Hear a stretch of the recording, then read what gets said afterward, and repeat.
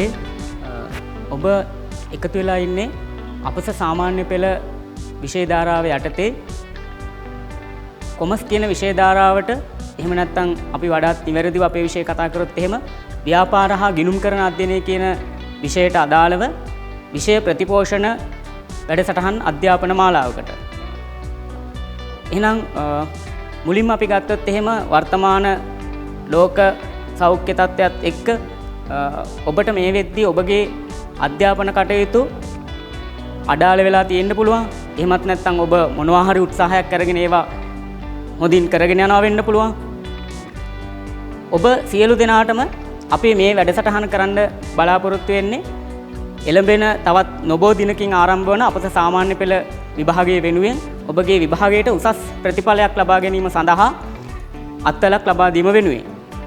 ඉතින් අද දවස තුල අපි උත්සාහ කරන්නේ කොමර්ස් කියන විෂයට අදාළව ප්‍රශ්න පත්‍රය සකස් වන ආකාරය සහ ඒ ප්‍රශ්න පත්‍රයේ යම් යම් කොටස් තුල ඔබට ඒවා වඩාත් නිවැරදිව එම අභ්‍යාස සකස් කරන විදිහ පිළිබඳව අවබෝධයක් ලබා දීමට. මුලින්ම අපි බැලුවොත් එහෙම දුවේ පුතේ අපගේ කොමර්ස් කියන විෂය අපි කොමර්ස් කියලා සරලව හැඳින්වුවාට අපේ විෂයේ වඩාත් නිවැරදිම නම තමයි ව්‍යාපාර හා ගිණුම් කරන අධ්‍යයනය. අපි ඉංග්‍රීසියෙන් කියනවා business and accounting studies කියලා.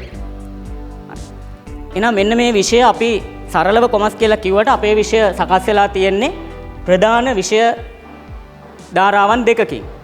ඒ තමයි ව්‍යාපාර අධ්‍යයනය කියන විෂය සහ ගිණුම් කරන අධ්‍යයනය කියන විෂය. මෙන්න මේ කියන ප්‍රධානම විෂයන් දෙකේ එකතුවෙන් තමයි අපි අපස සාමාන්‍ය පෙළ කොමර්ස් කියන විෂය හැදිලා තියෙන්නේ. අපි ඉගෙන ගන්න කොමර්ස් කියන විෂය හැදිලා තියෙන්නේ. එහෙනම් අපි මුලින්ම බලමු දුවේ පුතේ අපේ විෂයේ අපස සාමාන්‍ය පෙළ විභාගයේ ප්‍රශ්න පත්‍රය සකස් වෙන්නේ කොහොමද කියලා. අපි ගත්තොත් එහෙම අපේ ප්‍රශ්න පත්‍රය සකස් වෙන ආකාරය ප්‍රශ්න පත්‍රයේ ව්‍යුහය අනිකුත් විෂයන් වගේම අපේ විෂයත් ප්‍රධානම කොටස් දෙකකට බෙදෙනවා. ඒ තමයි පළමු වන කොටස සහ දෙවැනි කොටස විදිහට. පළවෙනි කොටස සහ දෙවැනි කොටස. පළවෙනි කොටසෙන් අපෙන් අහන්නේ බහුවර්ණ ප්‍රශ්න. අපි සරලව හඳුනා ගන්නවා MCQ ප්‍රශ්න කියලා. MCQ multiple choice question. එහෙම නැත්නම් අපි මේවා හඳුන්වනවා බහුවර්ණ ප්‍රශ්න. අපිට පළවෙනි කොටස යටතේ බහුවර්ණ ප්‍රශ්න 40ක් ලැබෙනවා. ප්‍රශ්න 40. මෙන්න මේ ප්‍රශ්න 40 එහෙම නැත්නම් අපි ඉගෙන ගන්න අපේ මෙන්න මේ මුළු ප්‍රශ්න පත්‍රයම මෙන්න මේ අපි ඉගෙන ගන්න ප්‍රධාන විෂයන් දෙක පුරාවට බෙදලා යනවා. පැරණි සිලබස් එකේ නම් 50 ගානේ සමාන අනුපාතයකින් බෙදුණා. හැබැයි වර්තමානයේ තුල අපි ඉගෙන ගන්න අපේ නව විෂය නිර්දේශයට අදාළව අපේ විෂයේ ප්‍රධාන බර තැබීමක් කරන්නේ ගිණුම් කරණයේ කොටසට. එහෙනම් අපි බලමු මෙන්න මේ විෂයන් දෙක සඳහා අපේ විෂයේ ප්‍රශ්න කොහොමද සකස් වෙන්නේ කියන එක. මෙන්න මේ ප්‍රශ්න 40න් ප්‍රශ්න 16ක් අහනවා ව්‍යාපාර අධ්‍යයනය කියන විෂයට අදාළව. මම කෙටියෙන් BS කියලා ගන්නවා. business studies කියන එක. ඒ වගේම ප්‍රශ්න 24ක් අපෙන් අහනවා ගිණුම් කරණය කියන කොටසට අදාළව. මෙන්න මේ ආකාරයට තමයි අපේ පළවෙනි කොටසේ ප්‍රශ්න 40 සකස් වෙන්නේ. ඒ වගේම මේ පළවෙනි කොටසේ ප්‍රශ්න 40 සඳහා එක ප්‍රශ්නයකට ලකුණු 1 බැගින් මුළු ලකුණු 40ක් අපිට ලැබෙනවා. ඒ වගේම මේ පළවෙනි කොටස පිළිතුරු සැපීම සඳහා අපිට පැයක කාලයක් ලැබෙනවා. එහෙනම් මම ඔහොමම යනවා අපේ දෙවෙනි කොටසට. දෙවෙනි කොටසේ අපෙන් අහන්නේ ව්‍යුහගත ප්‍රශ්න. ඒ කියන්නේ රචනාමය සහ අපේ විෂය නම් ගණන් හදන ප්‍රශ්න. දෙවෙනි කොටසේ අපිට ලැබෙනවා ඔක්කොම ප්‍රශ්න 7ක්. ප්‍රශ්න 7ක් අපිට ලැබෙනවා.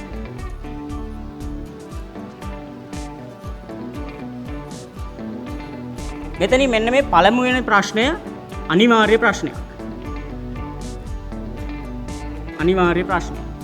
තවත් ඉතුරු වෙලා තියෙන ප්‍රශ්න 6ක්. මෙන්න මේ ප්‍රශ්න 6 නැවත අපේ විෂය කොටස් දෙක අතර නැවත පළවෙනි කොටස සහ දෙවෙනි කොටස විදිහට බෙදලා යනවා. ඒ කියන්නේ ප්‍රශ්නාංක 2 3 4 හැදෙන්නේ ව්‍යාපාර අධ්‍යයනයට අදාළව. ඒ වගේම 5 6 7 කියන ප්‍රශ්න හැදෙන්නේ ගිණුම්කරණය කියන කොටසට අදාළව. ගිණුම්කරණය. පළවෙනි ප්‍රශ්නය අනිවාර්යයි. පළවෙනි ප්‍රශ්නයට ලකුණු හම්බ වෙනවා ලකුණු 20ක්. අනිවාර්ය ප්‍රශ්නය සඳහා ලකුණු 20ක් ලැබෙනවා අපිට. ඊළඟට මෙන්න මේ ව්‍යාපාර අධ්‍යයනයේ ප්‍රශ්න 3න් අපි ප්‍රශ්න 2ක් තෝරා ගත යුතුයි. ප්‍රශ්න 2ක් තෝරා ගත යුතුයි. ඒ වගේම ගිණුම්කරණයේ ප්‍රශ්න 3මුත් අපි ප්‍රශ්න 2ක් තෝරා ගත යුතුයි. ප්‍රශ්න 2ක් තෝරා ගත යුතුයි. හරි. දැන් අපි ලකුණු ලැබෙන විදිහත් මේ කොටසේ කතා කරොත් එහෙම ව්‍යාපාර අධ්‍යයනය අපි ප්‍රශ්න 2ක් තෝරා ගත යුතුයි. එතනින් අපිට ප්‍රශ්න 2 සඳහා එක ප්‍රශ්නයකට ලකුණු හම්බ වෙනවා 8ක්. එහෙනම් ව්‍යාපාර අධ්‍යයනයේ කොටසෙන් අපිට ලකුණු මුළු ලකුණු හම්බ වෙනවා ලකුණු 16ක්. ඒ වගේම ගිණුම්කරණයේ කොටසේ අපිට හම්බ වෙනවා අපි තෝරා ගන්න ප්‍රශ්න 2කට එක ප්‍රශ්නයකට ලකුණු 12 බැගින්. එහෙනම් ගිණුම්කරණයේ කොටසේදී අපිට හම්බ වෙනවා ලකුණු 24ක්. එහෙනම් දුවේ පුතේ ඔන්න බලන්න අපේ මුළු ප්‍රශ්න පත්‍රයේ පුරාවටම ව්‍යාපාර අධ්‍යයනය සහ ගිණුම්කරණය කියන කොටස් දෙක අතර ප්‍රශ්න බෙදී යන ආකාරය සහ ඒ බෙදී යන ප්‍රශ්න සඳහා ලකුණු ලැබෙන ආකාරය. පළවෙනි කොටස ලකුණු 40යි, ලකුණු 16ක් ව්‍යාපාර අධ්‍යයනය, ගිණුම්කරණය ලකුණු 24ක්. ඒ වගේම මෙන්න මේ අනිවාර්ය ප්‍රශ්න ගැනත් මම විශේෂයෙන් කතා කරන්න ඕනේ. ඒකට හේතුව තමයි අපේ සියලුම ප්‍රශ්න අතරින් එක ප්‍රශ්නයකට ලැබෙන වැඩිම ලකුණු සංඛ්‍යාව ලැබෙන්නේ මෙන්න මේ අනිවාර්ය ප්‍රශ්නය සඳහා. ඒ කියන්නේ අපි ලියන ප්‍රශ්න පත්‍රයේ අපිට වඩාත් වැදගත්ම එක ප්‍රශ්නයක් තමයි වැඩිම ලකුණු සංඛ්‍යාවක් ලැබෙන මෙන්න මේ අනිවාර්ය ප්‍රශ්නය. මේ ප්‍රශ්නයත් අපෙන් අහන්නේ කෙටි ප්‍රශ්න 10ක්. කෙටි ප්‍රශ්න 10ක්. මේ ප්‍රශ්න 10ත් අපේ විෂය කොටස් දෙක අතර බෙදෙනවා ව්‍යාපාර අධ්‍යයනයෙන් ප්‍රශ්න 4ක් සහ ගිණුම්කරණයෙන් ප්‍රශ්න 6ක් බැගින්. මෙතන ලකුණු 20 ලැබෙන්නේ එක ප්‍රශ්නයකට ලකුණු 2 බැගින්. එක ප්‍රශ්නයකට ලකුණු 2 බැගින් ප්‍රශ්න කෙටි ප්‍රශ්න 10ට ලකුණු 20ක් ලැබෙනවා. එහෙනම් බලන්න ලකුණු 40යි 60යි 76යි 24යි මුළු ලකුණු සංඛ්‍යාව ලකුණු 100යි. එහෙනම් මෙන්න මේ ආකාරයෙන් තමයි අපේ ප්‍රශ්න පත්‍රයේ ලකුණු 100 ලැබෙන්නේ. එහෙනම් මේ ලකුණු 100 ගන්න නම් අපි 10 වසර 11 වසර ඉගෙන ගන්න සියලුම පාඩම් වලින් අපිට ප්‍රශ්න ලැබෙනවා. 10 වසර අපි පාඩම් 12ක් ඉගෙන ගන්නවා ව්‍යාපාර අධ්‍යයනය සහ ගිණුම්කරණයට අදාළව. 11 වසර අපි පාඩම් 8ක් ඉගෙන ගන්නවා. ඒ කියන්නේ මේ අවුරුදු දෙක පුරාවටම අපි පාඩම් 20ක් ඉගෙන ගන්නවා. මෙන්න මේ පාඩම් 20ෙන් තමයි මෙන්න මේ ප්‍රශ්න පත්‍රය හැදෙන්නේ. එහෙනම් මම මෙතනින් එහාට යනවා අපේ පේපර් එකේ එහෙනම් ඔබට ලකුණු ගද්දී වැඩිම ලකුණු සංඛ්‍යාවක් හම්බ වෙන්නේ මෙන්න මේ ලකුණු 20 අනිවාර්ය ප්‍රශ්නේ. එහෙනම් ඔබ වඩාත් හොඳින් සූදානම් විය යුතු වැදගත්ම ප්‍රශ්නය තමයි එක ප්‍රශ්නයක් වෙනුවෙන් වැඩිම ලකුණු සංඛ්‍යාවක් හම්බ වෙන දෙවෙනි කොටසේ පළවෙනි ප්‍රශ්නය. අනිවාර්ය ප්‍රශ්නය. හරි. එහෙනම් අපි මෙතනින් එහාට යමු අපේ පහුගිය අවුරුද්දේ, ඒ කියන්නේ 2019 අවුරුද්දේ මොන වගේ ප්‍රශ්නයක්ද අපිට ලැබිලා තියෙන්නේ? ඒ එක් එක් ප්‍රශ්න සඳහා අපි කොහොමද පිළිතුරු සපයන්නේ කියන එක සහ ඒ ප්‍රශ්නත් එක්ක අපේ විෂය නිර්දේශයේ වැදගත් තැන් නැවත මතක් කරගන්න අපි උත්සාහ කරමු. දැන් දුවේ පුතේ මෙන්න මේ පළවෙනි ප්‍රශ්නය ගැන අපි කතා කරොත් එහෙම මේ ප්‍රශ්නය අපිට ලැබෙන්නේ සිද්ධි අධ්‍යයනයේ ප්‍රශ්නයක් විදිහට. ඒ කියන්නේ මෑත කාලීනව සමාජය තුළ යම් කතා බහට ලක්වුණ මාතෘකාවක් හෝ ව්‍යාපාර ආශ්‍රිත යම් විශේෂිත සිද්ධියක් අපිට ලබා දීලා මෙන්න මේ සිද්ධියට අදාළව අපෙන් කෙටි ප්‍රශ්න 10ක් අහනවා. අපි පිළිතුරු ලියද්දී මෙන්න මේ සිද්ධියට අදාළවම පිළිතුරු ලියන්න ඕනේ. අපි සමහර විට එතනින් එහාට විෂය කරුණු ඊට වඩා ප්‍රමාණයක් දැනගෙන හිටියට ඒ සිද්ධිය ඇසුරෙන්ම අපි පිළිතුරු සපයන්න ඕනේ. එහෙම නැත්නම් අපිට ලකුණු ලැබෙන්නේ නැහැ. අපි එහෙනම් බලමු පහුගිය අවුරුද්දේ, ඒ කියන්නේ 2019 වර්ෂයේ මොන වගේ ප්‍රශ්නයක්ද ඇවිල්ලා තියෙන්නේ කියන එක සහ අපි කොහොමද එකින් එක ප්‍රශ්න සඳහා පිළිතුරු සපයන්නේ කියලා. හරි. මම ප්‍රශ්නය ඔබට කතා කරන්නම්. ඔබ මේ වීඩියෝ මාලාව නරඹද්දී ප්‍රශ්න පත්‍රයත් ළඟට අරගෙන මේ වෙද්දී පුළුවන් ඉක්මනින් ඔබ ප්‍රශ්න පත්‍ර පොතත් සූදානම් කරගෙන අද දවසේ අපි කතා කරනවා 2019 වර්ෂයේ දෙවෙනි කොටසේ පළවෙනි ප්‍රශ්නය. බලමු අපිට මොන වගේ සිද්ධියක්ද දීලා තියෙන්නේ කියලා. අපිට මුලින්ම කියනවා පහත සඳහන් සිද්ධිය ඇසුරෙන් අංක 1 සිට 10 දක්වා ප්‍රශ්න වලට පිළිතුරු සපයන්න. මිහිරිතැන්න මහා විද්‍යාලයේ ආදි ශිෂ්‍ය සංගමයේ මහා සභා රැස්වීමේදී විදුහල්පති ප්‍රකාශ කළේ රත්ගම මාර්ගයේ බස් රථයක් නොමැති බැවින් එම ප්‍රදේශයේ සිට පැමිණෙන සිසුන් ප්‍රමාද වී පාසලට පැමිණෙන බවයි. මේට විසඳුමක් ලෙස මෙම විද්‍යාලයේ ආදි ශිෂ්‍යයන් තිදෙනෙකු වන අමිල, රුවන් සහ නයනා එකතු වී රුපියල් ලක්ෂ 2 බැගින් සහ වාර්ෂික පොලි අනුපාතයේ 6% වූ ලක්ෂ 4ක බැංකු ණය මුදලක් යොදවා පාවිච්චි කළ කුඩා බස් රථයක් මිලදීගෙන අරුණ ටුවර්ස් නමින් ව්‍යාපාරයක් 2019 ඔක්තෝබර් මාස 1 වන දින ආරම්භ කරන ලදී. මෙම බස් රථය රත්ගම මාර්ගයේ ධාවනය මෙන්ම චාරිකා සඳහාද යොදවනු ලැබේ. 2019-10-31 දිනෙන් අවසන් මාසය තුලදී සිදු වූ ගනුදෙනු වල සාරාංශයක් පහත දැක්වේ. අපිට මාසය තුල වෙච්චි ගනුදෙනු දීලා තියෙනවා. මුලින්ම අපිට කියනවා බස් රථයෙන් ලැබීම් මගීන්ගෙන් රුපියල් 96000යි, චාරිකාවලින් රුපියල් 45000යි, ගෙවූ වියදම්, ඒ කියන්නේ මාසය තුල වියදම්, ඉන්ධන වියදම් 38000යි, බස් රථයේ අලුත් වැඩියා වියදම 9000යි, රියදුරු වැටුප් 35000යි, වෙනත් වියදම් 7000යි. ඊට අමතරව අපිට තව විශේෂයෙන් තොරතුරු කීපයක් කියනවා 2019-10-31 දිනට පහත තොරතුරු ඔබට සපයා ඇත. බස් රථය වාර්ෂිකව 12 බැගින් සරල මාර්ග ක්‍රමයට ෂය කළ යුතුය. ලැබිය යුතු චාරිකා ආදායම් රුපියල් 15000යි. රුපියල් 12000ක් වූ වාර්ෂික රක්ෂණ ගාස්තුව හා සහායකයාගේ මාසික වැටුප වන රුපියල් 15000 ගෙවා නොමැත. ඔන්න අපිට දීලා තියෙන අභ්‍යාසය. අපිට එතනින් එහාට තව තොරතුරක් කියනවා 2019-10-31 දින අයිතිකරුවන් තිදෙනා නව බස් රථයක් ව්‍යාපාරයට මිලදී ගැනීමට තීරණය කළ අතර ඒ සම්බන්ධව තොරතුරු අන්තර්ජාලයේ භාවිතයෙන් සොයා බලන ලදී. එදිනම ව්‍යාපාරයට සේවකයෙකුද බඳවා ගන්නා ලදී. හරි. ඔන්න අපිට 2019 වර්ෂයේ දීලා තියෙන සිද්ධිය. එහෙනම් මේ සිද්ධියට අදාළව ව්‍යාපාර අධ්‍යයනයෙන් ප්‍රශ්න 4ක් සහ ගිණුම්කරණය කොටසින් ප්‍රශ්න 6ක් අපිට ලැබිලා තියෙනවා. බලමු අපි එහෙනම් අපේ පළවෙනි ප්‍රශ්නය අයන්න. අරුණ ටුවර්ස් ව්‍යාපාරය මගින් සපුරාලනු ලබන මිනිස් අවශ්‍යතාවය සඳහන් කර අරුණ ටුවර්ස් මගින් එම අවශ්‍යතාවය සපුරාලන ආකාරය දක්වන්න. දැන් දුවේ පුතේ මෙන්න මේ පළවෙනිම ප්‍රශ්න කීපය අපෙන් අහන්නේ ව්‍යාපාර පසුබිම කියන මාතෘකාවට අදාළව. අපි 10 වසරේ ඉගෙනගත්තු ව්‍යාපාර පසුබිම කියන මාතෘකාවට අදාළව. අපි ඉගෙනගෙන තියෙනවා අවශ්‍යතා සහ උවමනා කියලා විෂය කොටසක්. පුද්ගලයෙකු විසින් එදිනෙදා ජීවත් වීමේදී අනිවාර්යෙන්ම සපුරාගත යුතු දෑ අපි කියන අවශ්‍යතා කියලා. උදාහරණ විදිහට අපේ අතේ ඇඟිලි ගානට ගණන් කළ යුතු අවශ්‍යතා ප්‍රමාණයක් තමයි අපි හැමෝටම තිබුණේ. ආහාර, ඇඳුම්, නිවාස, අධ්‍යාපනය, සෞඛ්‍ය, ආරක්ෂාව, ප්‍රවාහනය, sannivedanaය, විනෝදය සහ ආරක්ෂාව. මෙන්න මේවා තමයි අපි හඳුනාගත්තේ අවශ්‍යතා විදිහට. ඒ වගේම මෙන්න මේ අවශ්‍යතා සපුරා ගන්නා ආකාරය අපි කතා කරා උවමනා කියලා. ඒ වගේම ඔබ දැනගෙන සිටිය යුතුයි අවශ්‍යතාවල ලක්ෂණ මොනවද? ඒ වගේම උවමනාවල ලක්ෂණ මොනවද කියලා.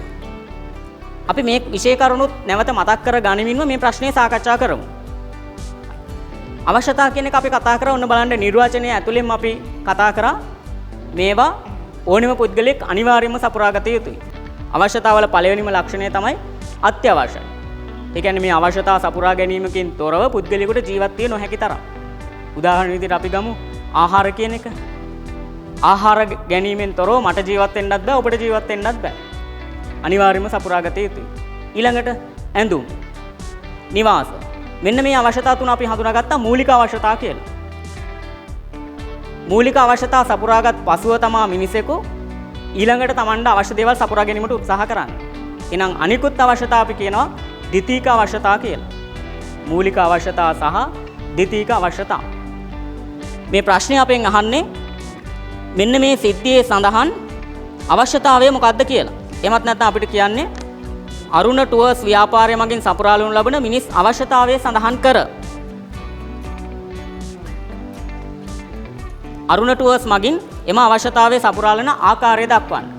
ඉතින් අපි කතා කරන්නේ ඔන්න බලන්න ආහාර, ඇඳුම්, නිවාස, අධ්‍යාපනය, සෞඛ්‍ය, ආරක්ෂාව, ප්‍රවාහනය. එන අරුණ ටුවර්ස් අපේන අවශ්‍යතාවය තමයි මොකක්ද? ප්‍රවාහනය කියන අවශ්‍යතාවය. එහෙනම් බලමු අපි පිළිතුරු සපයන ආකාරය. එහෙනම් පළවෙනි ප්‍රශ්නයේ අයන්නට අපෙන් අහන්නේ අවශ්‍යතාවය තමයි ප්‍රවාහනය කියන අවශ්‍යතාවය. ප්‍රවාහනය. මේ ප්‍රශ්නයේම කොටස් දෙකක් අපෙන් අහනවනේ. එකක් තමයි අවශ්‍යතාවය මොකක්ද කියලා අහනවා. ඒ වගේම මේකේ තව කොටසක් අහනවා අරුණ ටුවර්ස් මගින් එම අවශ්‍යතාවය සපුරාලන ආකාරය. අරුණ ටුවර්ස් මේ අවශ්‍යතාවය සපුරන්නේ එන අපි තරු ලකුණු දෙකකට මේකට පිළිතුරු සපයමු. එකම ප්‍රශ්නේ කොටස් දෙකක් ඉඳලා. අරුණ ටුවර්ස් මේක සපයන්නේ ප්‍රවාහන සේවාව සැපයීම තුලින්. එහෙමත් නැත්නම් බස් රථයක් ගමේ පාරට යොදලා තියනවා කියලා කියන්නේ ගමනාගමන පහසුකම් සපයලා තියෙනවා. එහෙනම් අපි ගමු ප්‍රවාහන සේවා. එහෙමත් නැත්නම් අපිට කියන්න පුළුවන් ගමනාගමන සේවා. අපි කතා කරේ පළවෙනි ප්‍රශ්නේ ආයන්න. ඊළඟට දුවේ පුතේ අපෙන් අහනවා පළවෙනි ප්‍රශ්නේ ආයන්න මිහිරිතැන්න මහා විද්‍යාලයේ ආදි ශිෂ්‍ය සංගමය හිමිකාරීත්වය අනුව අයත් වන ව්‍යාපාර සංවිධාන වර්ගය කුමක්ද? හරි. එහෙනම් මම ඔහොමම ව්‍යාපාර සංවිධානය කියන කොටසත් පුංචි මතක් කිරීමක් කරන්න. අපි 10 වසරේ ඉගෙන ගත්ත තුන්වෙනි පාඩම විදිහට ව්‍යාපාර සංවිධාන කියන මාතෘකාව. මිනිස් අවශ්‍යතා හා උවමනා සපුරාලීම සඳහා පුද්ගලයන් සහ කණ්ඩායම් ඒකරාශී වෙලා තියෙන ආකාරය අපි කිව්වා ව්‍යාපාර සංවිධානයක් කියලා. අවශ්‍යතා උවමනා ඉටු කරන්න ඒකරාශී වන ආකාරය. ඒ යටතේ අපි ව්‍යාපාර සංවිධාන වර්ග කීපයක් කතා කරා. සමහර ව්‍යාපාර පුද්ගලික අංශයට අයිති, තවත් ව්‍යාපාර රජයට අයිති. එන මේ ව්‍යාපාර සංවිධාන ටික තමයි ඒක පුද්ගල ව්‍යාපාර, හවුල් ව්‍යාපාර, සංස්ථාපිත සමාගම්, සමූපකාර සමිති, සමිති සංවිධාන.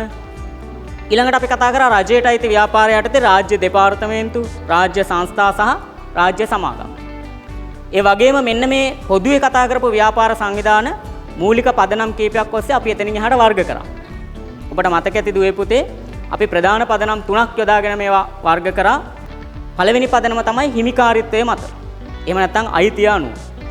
දෙවෙනි පදනම තමයි අරමුණ අනුව. තුන්වෙනි පදනම තමයි පරිමාණය අනුව.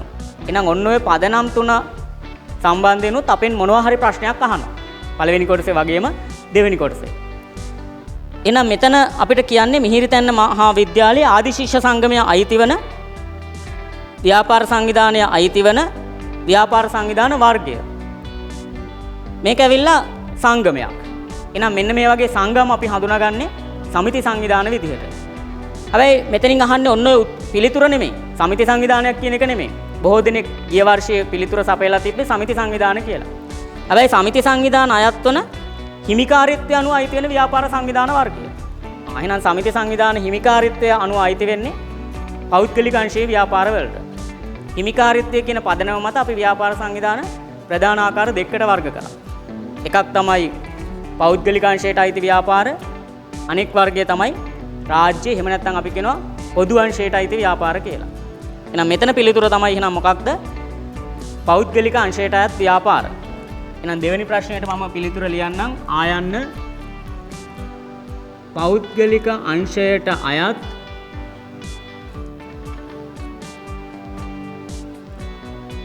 ව්‍යාපාරයකි. හරි. එහෙනම් පළවෙනි ප්‍රශ්නය අවසానයි. මම යනවා ඔහොමම දෙවෙනි ප්‍රශ්නයට. දෙවෙනි ප්‍රශ්නේ අපෙන් අහනවා දෙවෙනි ප්‍රශ්නේ අයන්න අපෙන් අහනවා අරුණ ටුවර්ස් ව්‍යාපාර නාමය ලියාපදිංචි කිරීම අවශ්‍ය බව නයනා පවසයි. නයනා කියලා කියන්නේ හවුල්කරුවෙක්. මේ ව්‍යාපාර සංවිධානය තමයි හවුල් ව්‍යාපාරය. දැන් පළවෙනි ප්‍රශ්නේ නම් අහලා තියෙන්නේ අපෙන් අවශ්‍යතාව වමනා සම්බන්ධයෙන්නේ. බොහෝ විට ඔබ පිළිතුරු ලියන ප්‍රශ්න පත්‍රය අහන්න පුළුවන් සිද්ධියක් දීලා මේ ව්‍යාපාර සංවිධාන වර්ගය මොකක්ද කියලා. බොහෝ අවුරුදු වල වැඩිම වාර සංඛ්‍යාවක් අහලා තියෙන්නේ මෙන්න මේ ආකාරයේ ප්‍රශ්නයක්. එන අයිතිකරුවන් 30 දෙනෙක් ඉන්න හින්දා එහෙම නැත්නම් 30 දෙනෙක් එකතු වෙලා ප්‍රාග්ධනය යොදලා ආරම්භ කළ තියෙන හින්දා මේක හවුල් ව්‍යාපාරයක්. ඒක පුද්ගල ව්‍යාපාර සහ හවුල් ව්‍යාපාර කියන දෙකම අපි පොදුවේ කතා කරේ ලියාපදිංචිය අනිවාර්ය නැහැ කියලා. ලියාපදිංචිය අනිවාර්ය නැහැ. හැබැයි එතන අපි කොන්දේසයක් ඉගෙන ගත්තා. පියතිරේකයක්. ඒ තමයි ඒක පුද්ගල ව්‍යාපාරයක් වෙන්න පුළුවන්, හවුල් ව්යාපාරයක් වෙන්න පුළුවන්. අයිතිකරු හෝ අයිතිකරුවන්ගේ සම්පූර්ණ නමින් හැර වෙනත් නමකින් නම් ව්‍යාපාර නාමය පවත්වාගෙන යන්නේ මේ ව්‍යාපාරය අනිවාර්යයෙන්ම ලියාපදිංචි කළ යුතුයි. මේක තමයි අපි ඉගෙන ගත්ත කොන්දේසිය. එහෙනම් එහෙම ලියාපදිංචි කළ යුතු නීතිය කුමක්ද?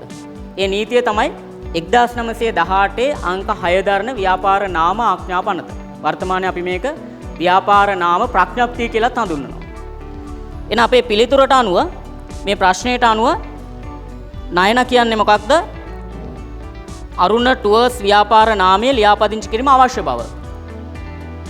අයන් අපෙන් අහනවා ඔබ ණයනාගේ ප්‍රකාශය හා එකඟ වන්නේද? ඔව් අපිට මේ ප්‍රකාශයට එකඟ වන්න වෙනවා අනිවාර්යෙන්ම. එන අපි අයන්න ලියමු. දෙවෙනි ප්‍රශ්නේ අයන්න එකඟ වේ. ඒ ප්‍රකාශය නිවැරදි. ඊළඟට අපෙන් අහනවා ආයන්න ඉහත දෙක ආහි ඔබ සඳහන් කළ පිළිතුරට හේතුව දක්වන්න. එන ඇයි අපි අනිවාර්යයි කියලා කියන්නේ? ඉස්සෙල්ලත් අපි කතා කරා මොකක්ද? ඒක පුද්ගල හෝ හවුල් ව්‍යාපාර අයිතිකරු හෝ අයිතිකරුගේ නමින් හැර වෙනත් නමකින් පවත්වාගෙන යනවා නම් ව්‍යාපදිංචිය අනිවාර්ය වෙනවා. අපි ලියමු පිළිතුර එහෙනම් මෙන්න මේ ආකාරයෙන් ආයන්න. දැන් මෙතන අපෙන් අහන්නේ හවුල් ව්‍යාපාර සම්බන්ධයෙන්. එහෙනම් අපි ලියමු හවුල් කරුවන්ගේ සම්පූර්ණ නමින් හැර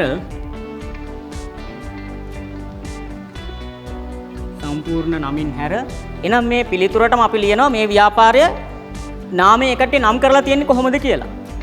අපි ගන්නවා මේ ව්‍යාපාරය මේ කට්ටිය දැනට නම් කරලා තියෙන අරුණ ටුවර්ස් කියලා. අරුණ ටුවර්ස්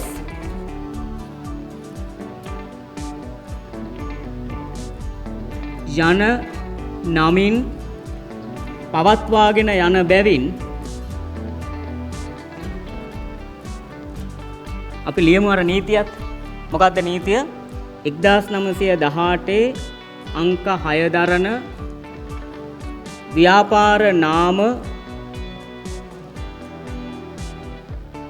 ආඥා පනත යටතේ ලියාපදිංචි කළ යුතුය.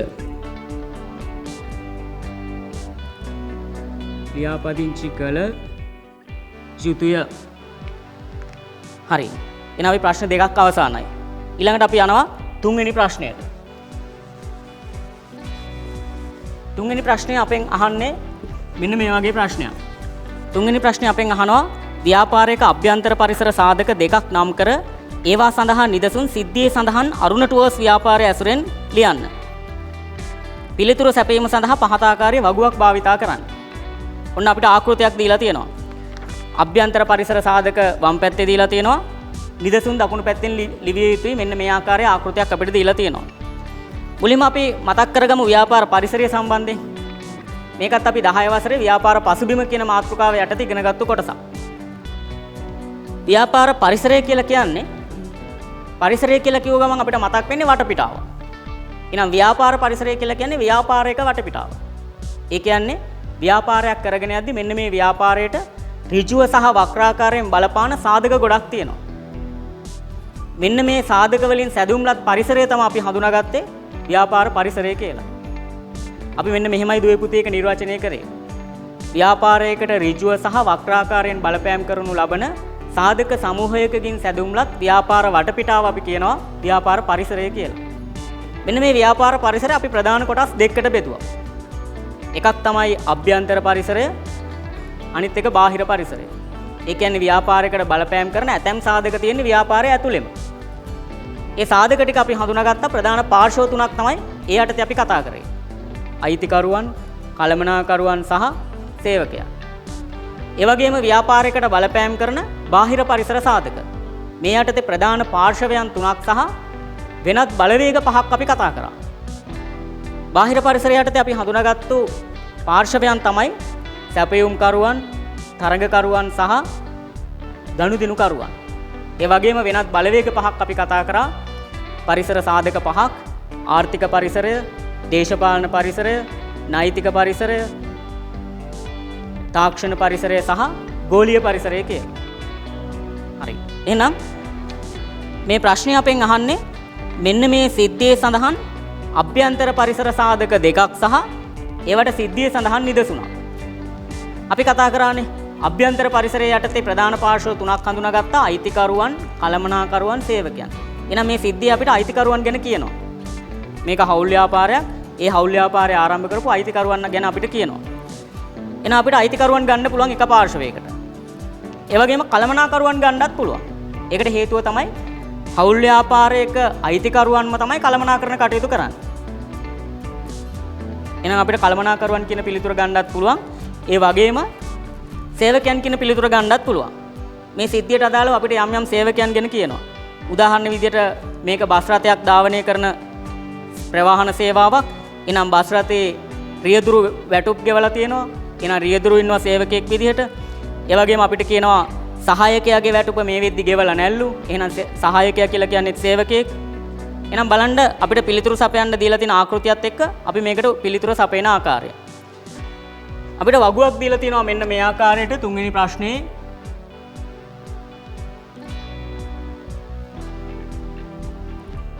වම් පැත්තෙන් අපෙන් අහනවා අභ්‍යන්තර පරිසර සාධකය. අභ්‍යන්තර පරිසර සාධකය. දකුණු පැත්තෙන් අපෙන් අහනවා සිද්ධියට අදාළ නිදසුන. මේ වගේ පරිසර සාධක දෙකක් ගැන තමයි අපෙන් අහන්නේ. එහෙනම් අපි කතා කරපු පළවෙනිම සාධකය තමයි අයිතිකරුවන්. අපි ලියමු අංක 1 විදිහට අයිතිකරුවන්. එහෙනම් සිද්ධිය සඳහන් නිදසුන මොකක්ද? සිද්ධිය සඳහන් නිදසුන තමයි මේ හවුල් ව්‍යාපාරය ආරම්භ කරන්න අරමුදල් යොදලා තියෙන්නේ කවුද? අමිල, රුවන් සහ නයනා. එහෙනම් මේ තුන් දෙනා තමයි මේ හවුල් ව්‍යාපාරයේ අයිතිකරුවන් වෙන්නේ. එහෙනම් අපි ලියමු අමිල, රුවන් සහ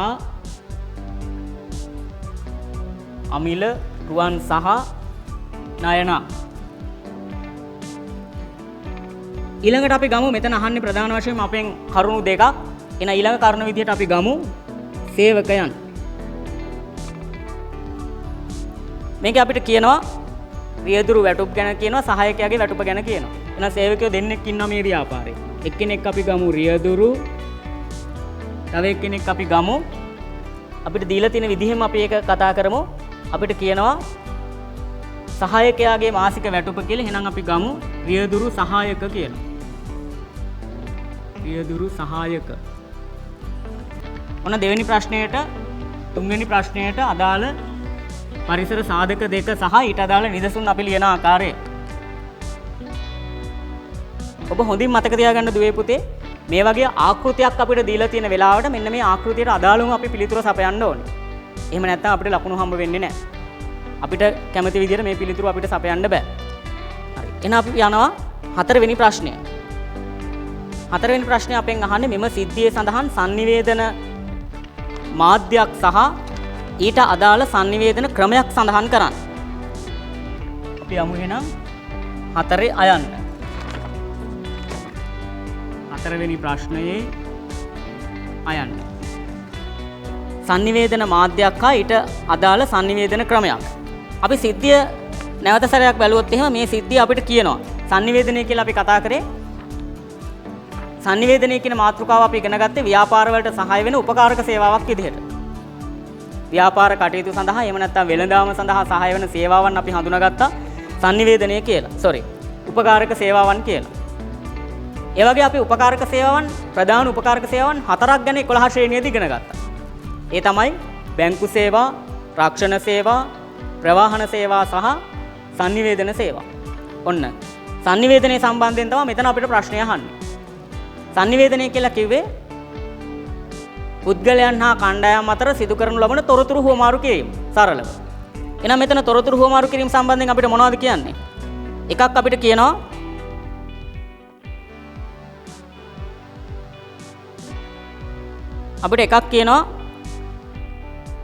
නව බස් රථයක් මිලදී ගන්න මේ කට්ටිය තීරණය කරාලු.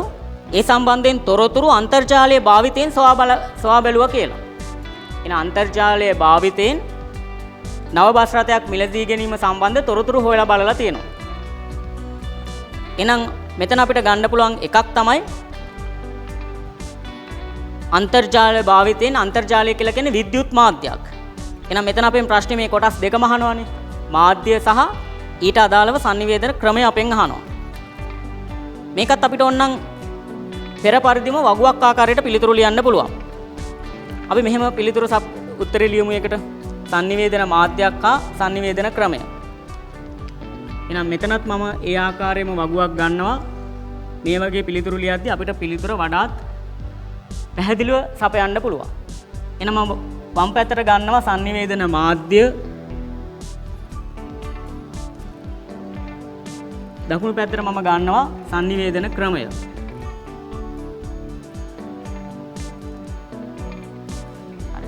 මෙතන අපි ගත්තොත් එහෙම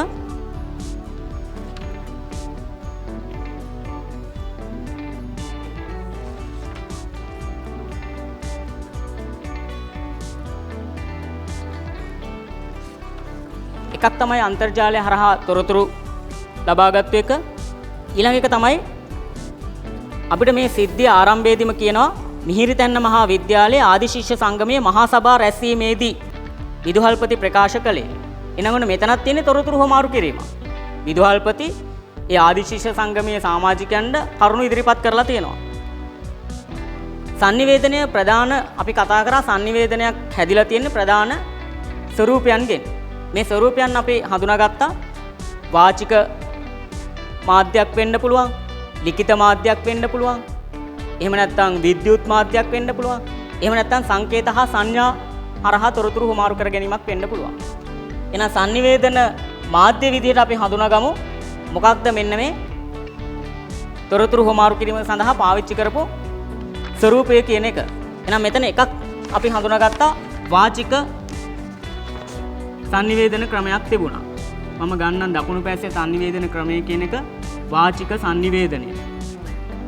වාචික sannivedanයට උදාහරණය තමයි මහා සභා රැස්වීමේදී විදුහල්පති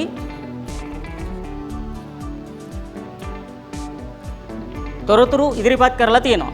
එහෙනම් මම ඒක ගන්න විදුහල්පති මහා සභා රැස්වීම ඇමතීම. විදුහල්පති මහා සභා රැස්වීම ඇමතීම. තව එකක් තියෙනවා මේ සිද්ධියේ අන්තර්ජාලය හරහා වාහනයක් මිලදී ගැනීම සම්බන්ධ තොරතුරු හුවමාරු කිරීම. තොරතුරු සොයා බැලීමක්. එහෙනම් මම ඒක ගන්නම් මෙන්න මේ විදිහට අන්තර්ජාලය භාවිතයෙන් අන්තර්ජාලයේ භාවිතයෙන් නව බස් රථය මිලදී ගැනීම සම්බන්ධ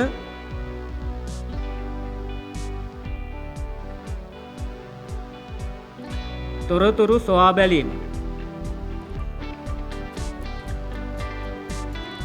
මෙතන නම් sannivedana ක්‍රමය තමයි විද්‍යුත් ක්‍රමය.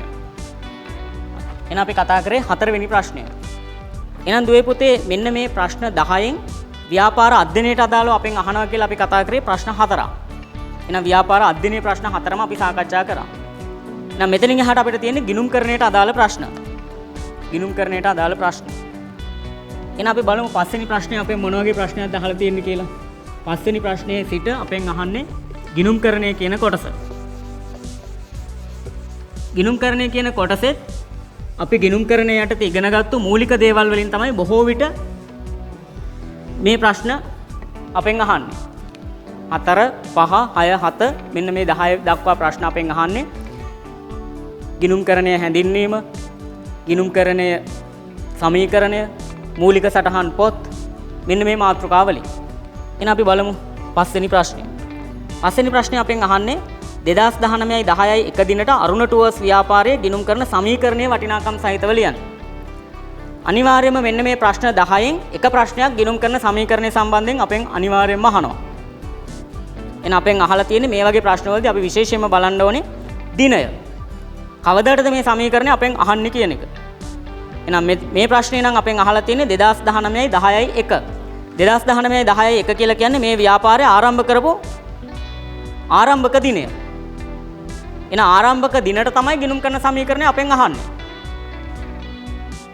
අපි මේ විදිහට දන්නවා ගිණුම් කරන සමීකරණය තමයි දුවේ පුතේ වත්කම් සමානයි හිමිකම් ධන වගකීම් කියන සමීකරණය. එහෙනම් ඔන්න ඔය සමීකරණයට 10යි එක දිනට සිදු වෙලා තියෙන ගනුදෙනු ආදේශ කරලා අපි වටිනාකම් සහිතව ඉදිරිපත් කරන්න ඕනේ. මේ ප්‍රශ්نين බලාපොරොත්තු වෙන පිළිතුර අන්න ඒක. එහෙනම් අපි ගමු පස්වෙනි ප්‍රශ්නය. සමීකරණය තමයි වත්කම් සමානයි හිමිකම් ධන වගකීම්. එහෙනම් අපි ආයේ මුලින් ඉඳලම මේ සිද්ධියට අදාළව ගිණුම්කරණයේ කොටස බැලුවොත් එහෙම අපිට මුලින්ම කියනවා අයිතිකරුවන් වන අමිල රුවන් සහ නයනා එකතු වෙලා එක්කෙනෙක් ලක්ෂ 2 බැගින් ප්‍රාග්ධනය යොදලා තියෙනවා. එහෙම නැත්නම් ලක්ෂ 2 බැගින් යොදලා ව්‍යාපාරය ආරම්භ කරලා තියෙනවා. අපි දන්නවා ව්‍යාපාරයක් ආරම්භ කරන්න යොදන මුදල ගිණුම් කරන්නේදී හඳුන්වනවා ප්‍රාග්ධනය කියලා. එන අයිතිකරුවන් ප්‍රාග්ධනය යොදද්දී ව්‍යාපාරයේ මුදල් කිනවත්කම වැඩි වෙනවා. ඒ වගේම මුදල් වැඩි වුණේ අයිතිකරුවන් යොදපු ප්‍රාග්ධනය හින්දා. ප්‍රාග්ධනය කියන එක අපි හඳුනාගන්නේ හිමිකමක් විදියට. එන අපි මේ ගනුදෙනු ආදේශ කරොත් එහෙම ව්‍යාපාරයේ වත්කම් වැඩි වෙලා තියෙනවා ලක්ෂ 6කින් වැඩි වුණ වත්කම තමයි මුදල්. ඒ වගේම මේ මුදල් යෙදුවේ ප්‍රාග්ධනයේ විදිහට එහෙනම් ප්‍රාග්ධනය කියන එක අපි හඳුනාගන්නේ හිමිකමක් විදියට. එහෙම නැත්නම් ප්‍රාග්ධනය නිසා ව්‍යාපාරයේ හිමිකම වැඩි වෙනවා. එහෙනම් මම හිමිකමත් වැඩි කරනවා ලක්ෂ 6ක්. මේ හිමිකම වැඩි වුණේ ප්‍රාග්ධනය නිසා. ධන වගකීම් වලට මෙන්න මේ ගනුදෙනුවෙන් බලපෑමක් වුණේ නැහැ. ඒ විතරක් නෙමෙයි. තව මේකේ ගනුදෙනු තියෙනවා. ඊළඟ ගනුදෙනු අපිට කියනවා දැන් මේ මුදල විතරක් ප්‍රමාණවත් මදි වෙලා මේ කටියට බස් රථය මිලදී ගන්න. එහෙනම් බැංකුවෙන් 106ක බැංකු ණයක් අරගෙන තියෙනවා. ලක්ෂ 4ක බැංකු ණයක්. එහෙනම් මෙන්න මේ ගනුදෙනුවත් අපි බලමු සමීකරණයට කොහොමද ආදේශ කරන්නේ කියලා. බැංකු ණය ගද්දී ඒත් ව්‍යාපාරයේ මුදල් කිනවත්කම වැඩි වෙනවා. ඒ වගේම බැංකු ණය කියලා කියන්නේ වගකීමක්. එහෙනම් මේ වටිනාකමින්ම ව්‍යාපාරයේ වගකීම් කියන ප්‍රමාණයත් වැඩි වෙලා අපි මෙන්න මේක ආදේශ කරනවා මේ විදිහට. බැංකු ණය ගද්දිත් ව්‍යාපාරයේ මුදල් කිනවත්කම වැඩි වෙලා තියෙනවා ලක්ෂ 4ක්. මෙතනත් වැඩි වුණ වත්කම තමයි මුදල් සමානයි. බැංකු ණය ගැනීමේදී හිමිකම් වලට බලපෑමක් නැහැ. එහෙනම් අපි හිමිකම් වලට ඉරි කැලලක් ගහනවා. ධන වගකීම් වැඩි වුණා බැංකු ණය කියන වගකීම. එහෙනම් මම බැංකු ණයත් වැඩි කරනවා ධන ලක්ෂ 4ක්. ධන ලක්ෂ 4ක්. මෙතන මම වරහන් ඇතුලේ ලියනවා වැඩි වුණ වගකීම තමයි බැංකු ණය. හරි. අපි බලමු තවත් ගනුදෙනු තියෙනවද කියලා.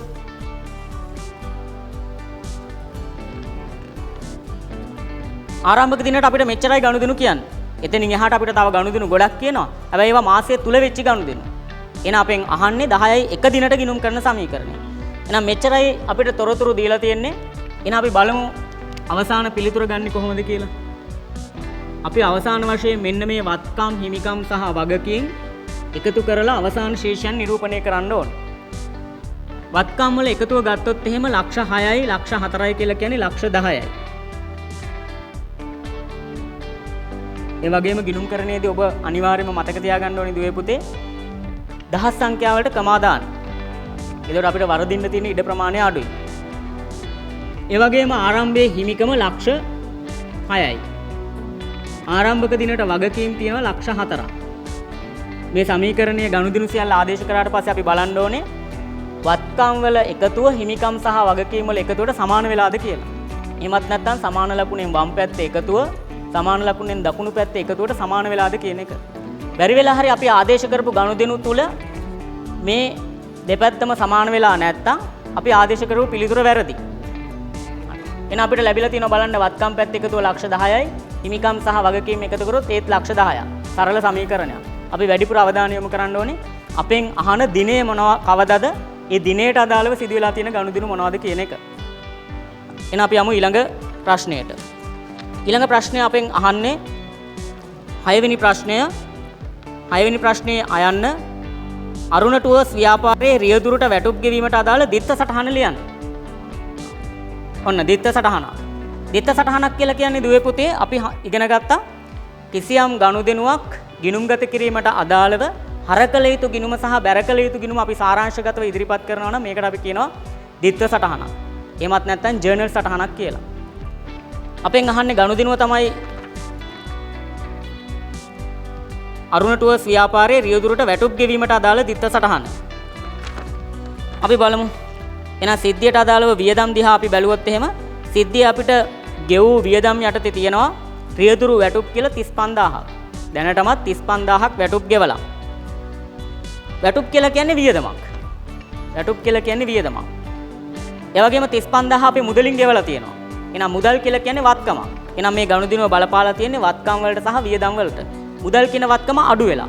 අපි දන්නවා ගිණුම් කරන මූලධර්ම අනුව වත්කම් අඩුවීම බැර වත්කම් අඩුුනේ වියදමක් දරපු හින්දා එහෙනම් ගිණුම්කරණයේදී වියදම් වැඩිවීම අපි හඳුනාගන්නේ හර කියන මූලධර්මයට. ඔබට මතක ඇති ගිණුම් කරන මූලධර්ම ටික අපි ගිණුම් කරන කියන විෂය පුරාවටම මේ ගිණුම් කරන මූලධර්ම එහෙම නැත්නම් දිත්ත සටහන් මූලධර්ම අඳුරාගත්තා. ඔබට මෙන්න මේ මූලධර්ම ගැන අදහසක් නැත්නම් ඔබට මතක නැත්නම් මේ ගිණුම් කරන කියන විෂය ඔබට අමාරු වෙනවා. ගිණුම් කරන කියන විෂය වඩාත් ලේසි වෙන්න නම් මේ මූලධර්ම ගැන ඔබට හොඳ අවබෝධයක් තියෙන්න ඕන. මම ඉක්මනින්ම මතක් කරන්න. අපි ගිණුම් කරණයේදී ගනුදෙනු සටහන් කරන්න ප්‍රධාන ගිණුම් වර්ග පහක් හඳුනාගත්තා. වත්කම් ගිණුම්, වගකීම් ගිණුම්, හිමිකම් ගිණුම්, ආදායම් ගිණුම් සහ වියදම් ගිණුම්. මෙන්න මේ ගිණුම් වර්ග පහට අදාළව ශේෂයන් වැඩි වුණොත් අපි මොකද කරන්නේ? අඩු වුණොත් මොකද කරන්නේ කියන එක තමයි මෙන්න මේ ගිණුම් කරන මූලධර්ම යටතේ අපිට අවබෝධයක් ලබා දුන්නේ. වත්කම් සම්බන්ධයෙන් නම් එහෙම නැත්නම් මෙන්න මේ ගිණුම් වර්ග පහට අදාළව අපිට වෙන වෙනම රීතීන් පහක් හඳුන්වලා දුන්නා. වත්කම් සම්බන්ධ රීතිය තමයි වත්කම් වැඩිවීම හර අඩුවීම බැර. වගකීම් සම්බන්ධ රීතිය තමයි වගකීම් වැඩිවීම බැර අඩුවීම හර. හිමිකම් සම්බන්ධ රීතියත් හිමිකම් වැඩිවීම බැර අඩුවීම හර. ආදායම් සම්බන්ධ රීතියත් ආදායම් වැඩිවීම බැර අඩුවීම හර. අවසාන වශයෙන් වියදම් සම්බන්ධ රීතිය තමයි වියදම් වැඩිවීම හර අඩුවීම බැර. එහෙනම් මෙතන අපිට කියනවා මේ ගනුදෙනුව බලපාලා තියෙන වත්කම් සහ වියදම් වලට මුදල් කියන වත්කම අඩු වෙලා ඒ වගේම වැටුප් කියන වියදම වැඩි වෙලා. එහෙනම් අපි ගන්න ඕනේ මේකේ දිත්ත සටහන තමයි මුදල් කියන ගිණුම අපි බැර කරනවා. මුදල් අඩුුනේ සේවක වැටුප් ගෙවපු හින්දා එහෙනම් සේවක වැටුප් ගිණුම හර කළ යුතුයි. ඒ වගේම අපි විශේෂයෙන්ම මතක තියාගන්න ඕනේ දිත්ත සටහනක් ලියද්දී අනිවාර්යයෙන්ම අපි වටිනාකම සඳහන් කරන්න ඕනේ.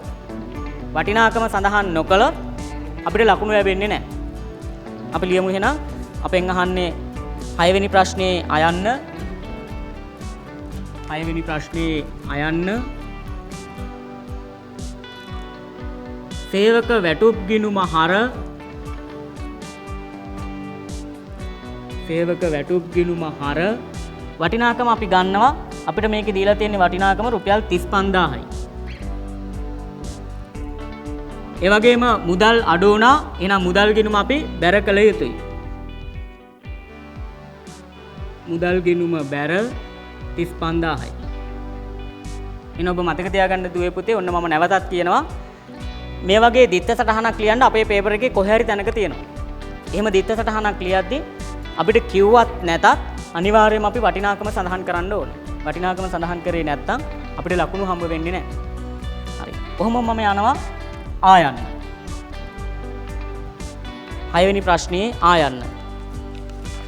6 වෙනි ප්‍රශ්නේ ආයන්න අපෙන් අහන්නේ අරුණ ටුවර්ස් ව්‍යාපාරයේ 2019-10/31 දිනෙන් අවසන් මාසය සඳහා පිළියෙල කරන ආදායම් ප්‍රකාශයේ දැක්විය යුතු මුළු වැටුප් වටිනාකම කොපමණද? ආදායම් ප්‍රකාශය කියලා කියන්නේ වර්ෂයක් අවසානයේට ව්‍යාපාරයේ ලාභය හෝ අලාභය ගණනය කරන්න පිළියෙල කරන ප්‍රකාශය. අපි 11 ශ්‍රේණියේදී මේක සවිස්තරාත්මකව හඳුනාගත්තා. ලාභ හෝ අලාභ ප්‍රකාශයේ විදිහට අපේ 11 ශ්‍රේණිය ඉගෙනගත්තු ලොකුම පාඩම. හැබැයි මෙතන ලකුණු දෙකක ප්‍රශ්නයක් විදිහට ලාභ හෝ අලාභ ප්‍රකාශයක් නෙමෙයි අපෙන් බලාපොරොත්තු වෙන්නේ. අපෙන් අහනවා ලාභය හෝ අලාභය ගණනය කරන්න කියලා 9 වෙනි ප්‍රශ්නයේදී. මෙතන අපෙන් අහන්නේ මෙන්න මේ ආදායම් ප්‍රකාශයට ගත යුතු මුළු වැටුප් වටිනාකම කොපමණද කියලා. හරි. මේක කතා කරද්දී අපිට විශේෂයෙන්ම අවබෝධයක් තියෙන්න ඕනේ ලාභ හෝ අලාභ ප්‍රකාශය එහෙම නැත්නම් ආදායම් ප්‍රකාශය අපි හැදුවේ උපචිත සංකල්පය කියන සංකල්පයට අනුව.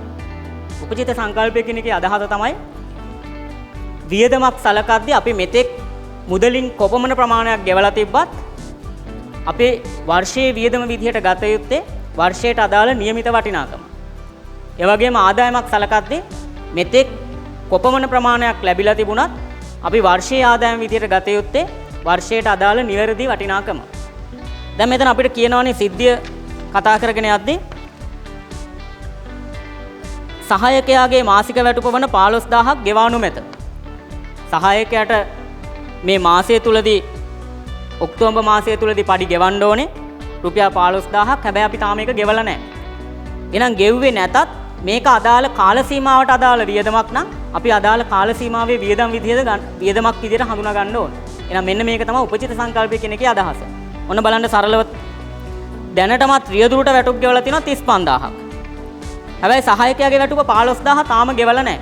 අපි මේ කාලච්ඡේදයේ වැටුප් වියදම විදිහට සලකා බැලුවොත් ගෙව්වත් නැතත් කාලච්ඡේදයට අදාළ නියමිත ප්‍රමාණය කාලච්ඡේදයේ වියදම විදිහට හඳුනා ගන්න ඕනේ. 35000ක් දැනට ගෙවලා තව 15000ක් ගෙවිය යුතුයි. එහෙනම් කාලච්ඡේදයට අදාළ නියමිත ප්‍රමාණය තමයි රුපියල් 50000යි. එහෙනම් ඒක අපි මෙහෙම හදලා පෙන්නමු. රියදුරු වැටුප සමානයි 35000යි. සහායකයාගේ වැටුප සමානයි 15000යි. එහෙනම් අපි මේ දෙකේ එකතුව ගත්තොත් එහෙම රුපියල් 50000ක් එනවා. එහෙනම් අපිට මතක තියෙන්න ඕනේ විශේෂ දේ තමයි ගෙව්වත් නැතත් කාලච්ඡේදයට අදාළ නම් අපි ඒක කාලච්ඡේදයේ වියදමක් විදිහට හඳුනා ගන්න ඕනේ. එහෙනම් අපි මේ 50000ට ලියමු අපෙන් ප්‍රශ්නය අහන විදිහටම ආදායම් ප්‍රකාශයට ගත යුතු වැටුප් වටිනාකම. එහෙනම් අපි මෙතන සරලව ලියමු මුළු වැටුප් වටිනාකම. අපි ප්‍රශ්න 6ක් සම්පූර්ණ කරලා තියෙනවා. අපි බලමු දුවේ පුතේ 7 වෙනි ප්‍රශ්නේ අපෙන් මොන වගේ ප්‍රශ්නයක්ද අහලා තියෙන්නේ කියලා. මේකත් ගිණුම් කරණයට අදාළ ප්‍රශ්නයක්. අරුණ ටුවර්ස් ව්‍යාපාරයේ ගනුදෙනු සටහන් කිරීම සඳහා භාවිතා කරන මූලික සටහන් පොත් දෙකක් සහ මූලාශ්‍ර ලේඛන දෙකක් ලියන්න. 10 වසරේදී අපි ඉගෙනගත්තු ප්‍රධානම මාතෘකාවක් තමයි මූලික පොත් කියන මාතෘකාව. ඒ යටතේ 10 වසරේදී අපි ඉගෙනගත්ත 10 ශ්‍රේණියේදී ව්‍යාපාරයක ගනුදෙනු සටහන් කිරීම සඳහා යොදා ගන්න ප්‍රධානම මූලික සටහන් පොත් 6ක් ගැන. ඒ 6 තමයි මුදල් පොත, සුළු මුදල් පොත, බැංකු ගිණුම, ගැනුම් ජර්නලය, විකුණුම් ජර්නලය සහ පොදු ජර්නලය. මෙන්න මේ ඕනෙම මූලික පොතක් හදන්න ගිණුම්කරණයේදී අපි තොරතුරු ලබා ගන්න ලියවිලි හඳුන්වනවා මූලාශ්‍ර ලේඛන කියලා. මූලාශ්‍ර ලේඛනවල තියෙන තොරතුරු තමයි අපි මූලික සටහන් පොත්වල සටහන් කරන්නේ. එහෙනම් මේ ප්‍රශ්නේ අහන්නේ මේ ව්‍යාපාරයේ ගනුදෙනු සටහන් කරන්න ඕන වෙන මූලික පොත් දෙකක්. ඒ වගේම ඒ මූලික පොත් හදන්න යොදා ගන්න මූලාශ්‍ර ලේඛන. දැන් ඔන්න බලන්න. අපි මූලික පොත් 6ක් දන්නවා කියලා අපිට හිතෙන මූලික පොත් දෙකක් මෙතන ලියලා හරියන්නේ නැහැ. මේ සිද්ධියට අදාළව මේ ව්‍යාපාරයට අදාළව පිළියෙල කළ යුතු මූලික පොත් දෙකක් පමණයි අපි ලියන්න ඕනේ. එහෙනම් අපි බලමු මොන වගේ ගනුදෙනුද දීලා තියෙන්නේ කියලා. එකක් තමයි ආදායම් ලැබිලා තියෙනවා. ඒ වගේම මුදලින් වියදම් දරලා තියෙනවා. අපි දන්නවා මුදලින් වෙච්ච ඕනෙම ගනුදෙනුවක් සටහන් කරන්නේ මුදල් පොතේ. එහෙනම් මේ ව්‍යාපාරයට ඕනේ මුදල් පොත කියන මූලික පොත. අපි මෙන්න මේ වගේ ආකෘතියක පිළිතුර සටහන් කරමු. අපි කතා කරන්න යන්නේ 7 වෙනි ප්‍රශ්නය. අහලා තියෙන අනුපිළිවෙල මූලික සටහන් පොත් දෙකක් හා මූලාශ්‍ර ලේඛන. එහෙනම් අහලා තියෙන අනුපිළිවෙලටම අපි පිළිතුර සපයමු. 7 වෙනි ප්‍රශ්නය.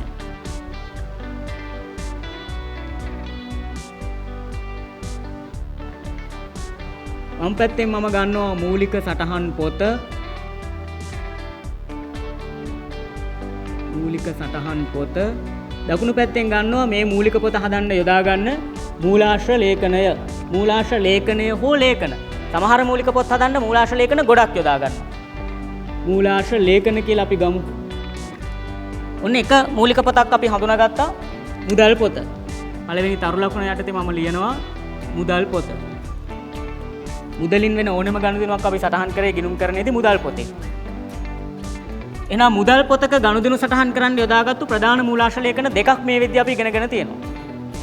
මූලාශ්‍ර ලේඛන දෙකක් මෙතන යොදාගත්තේ මුදල් ලැබීමේදී අපි සටහන් කරා තොරතුරු ගත් එක මූලාශ්‍ර ලේඛනයකින් ඒ වගේම මුදල් ගෙවීමට අදාළව අපි හඳුනාගත්ත වෙනත් මූලාශ්‍ර ලේඛනයක්. මුදල් ලැබීමේදී අපි හඳුනාගත්තු මූලාශ්‍ර ලේඛනය තමයි ලදු පත.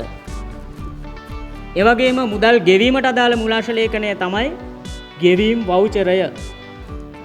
ඔන්න මුදල් පොතට අදාළ මූලාශ්‍ර ලේඛන. ඊළඟට අපි යමු තවත් මූලික පොත. අපි බලමු සිද්ධියට අදාළව මේ ව්‍යාපාරයේ මොන වගේ ගනුදෙනුද තියෙන්නේ කියලා.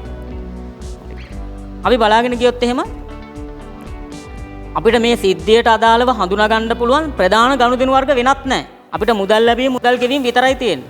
ණයට සිදුවෙන ගනුදෙනු නැහැ, සුළු මුදල් ගනුදෙනු නැහැ, බැංකුවක් එක්ක කරපු ගනුදෙනු නැහැ. හැබැයි අපි මේක වඩාත් හොඳින් බැලුවොත් එහෙම අපිට පේනවා මේකේ තියෙනවා බස් රථය වාර්ෂිකව 12 බැගින් සරල මාර්ග ක්‍රමයට ෂෙයා කරනවලු. ඒ වගේම ලැබිය යුතු චාරිකා ආදායම් 15000යි. මෙන්න මේ වගේ තොරතුරු අපි ගිණුම් කරන්නේදී හඳුනාගත්තේ ගැලපුම් සටහන් කියලා. ගැලපුම් සටහන්. වර්ෂ අවසානයේට තවමත් සටහන් නොකළ තොරතුරු අපි වඩාත් නිවැරදිව ලෙජර් ගිණුම් වල ගලපනවා නම් මේවා අපි කිව්වා ගැලපුම් සටහන් කියලා. ගැලපුම් සටහන් කරන්නත් අපි යොදාගත්තු මූලික පොත තමයි පොදු ජර්නලය කියන පොදු ජර්නලය කියන මූලික පොත. එහෙනම් මේ සිද්ධියට අදාළව මේ ව්‍යාපාරයට අදාළව ඊළඟට යොදාගත යුතු මූලික පොත තමයි පොදු ජර්නලය. එහෙනම් දෙවෙනි මූලික සටහන් පොත විදියට මම ලියනවා පොදු ජර්නලය. පොදු ජර්නලය හදන්න නම් අපි තොරතුරු ගත්තේ ජර්නල් වවුචරය කියන මූලාශ්‍ර ලේඛනය. එහෙනම් මම ලියනවා මූලාශ්‍ර ලේඛනය ජර්නල් වවුචරය. මුදල් පොතට අදාළව අපි මූලාශ්‍ර ලේඛන දෙකක් හඳුනාගත්තට පොදු ජර්නලයට අදාළව නම් මූලාශ්‍ර ලේඛන එකයි අපි හඳුනාගන්නේ. එහෙනම් අපි මේ සටහන් කරේ 7 වෙනි ප්‍රශ්නයට අදාළ පිළිතුර. එහෙනම් අපි කොහොමම යමු 8 වෙනි ප්‍රශ්නය. 8 වෙනි ප්‍රශ්නය. අපි බලමු දුවේ පුතේ මොකක්ද අහලා තියෙන්නේ කියලා.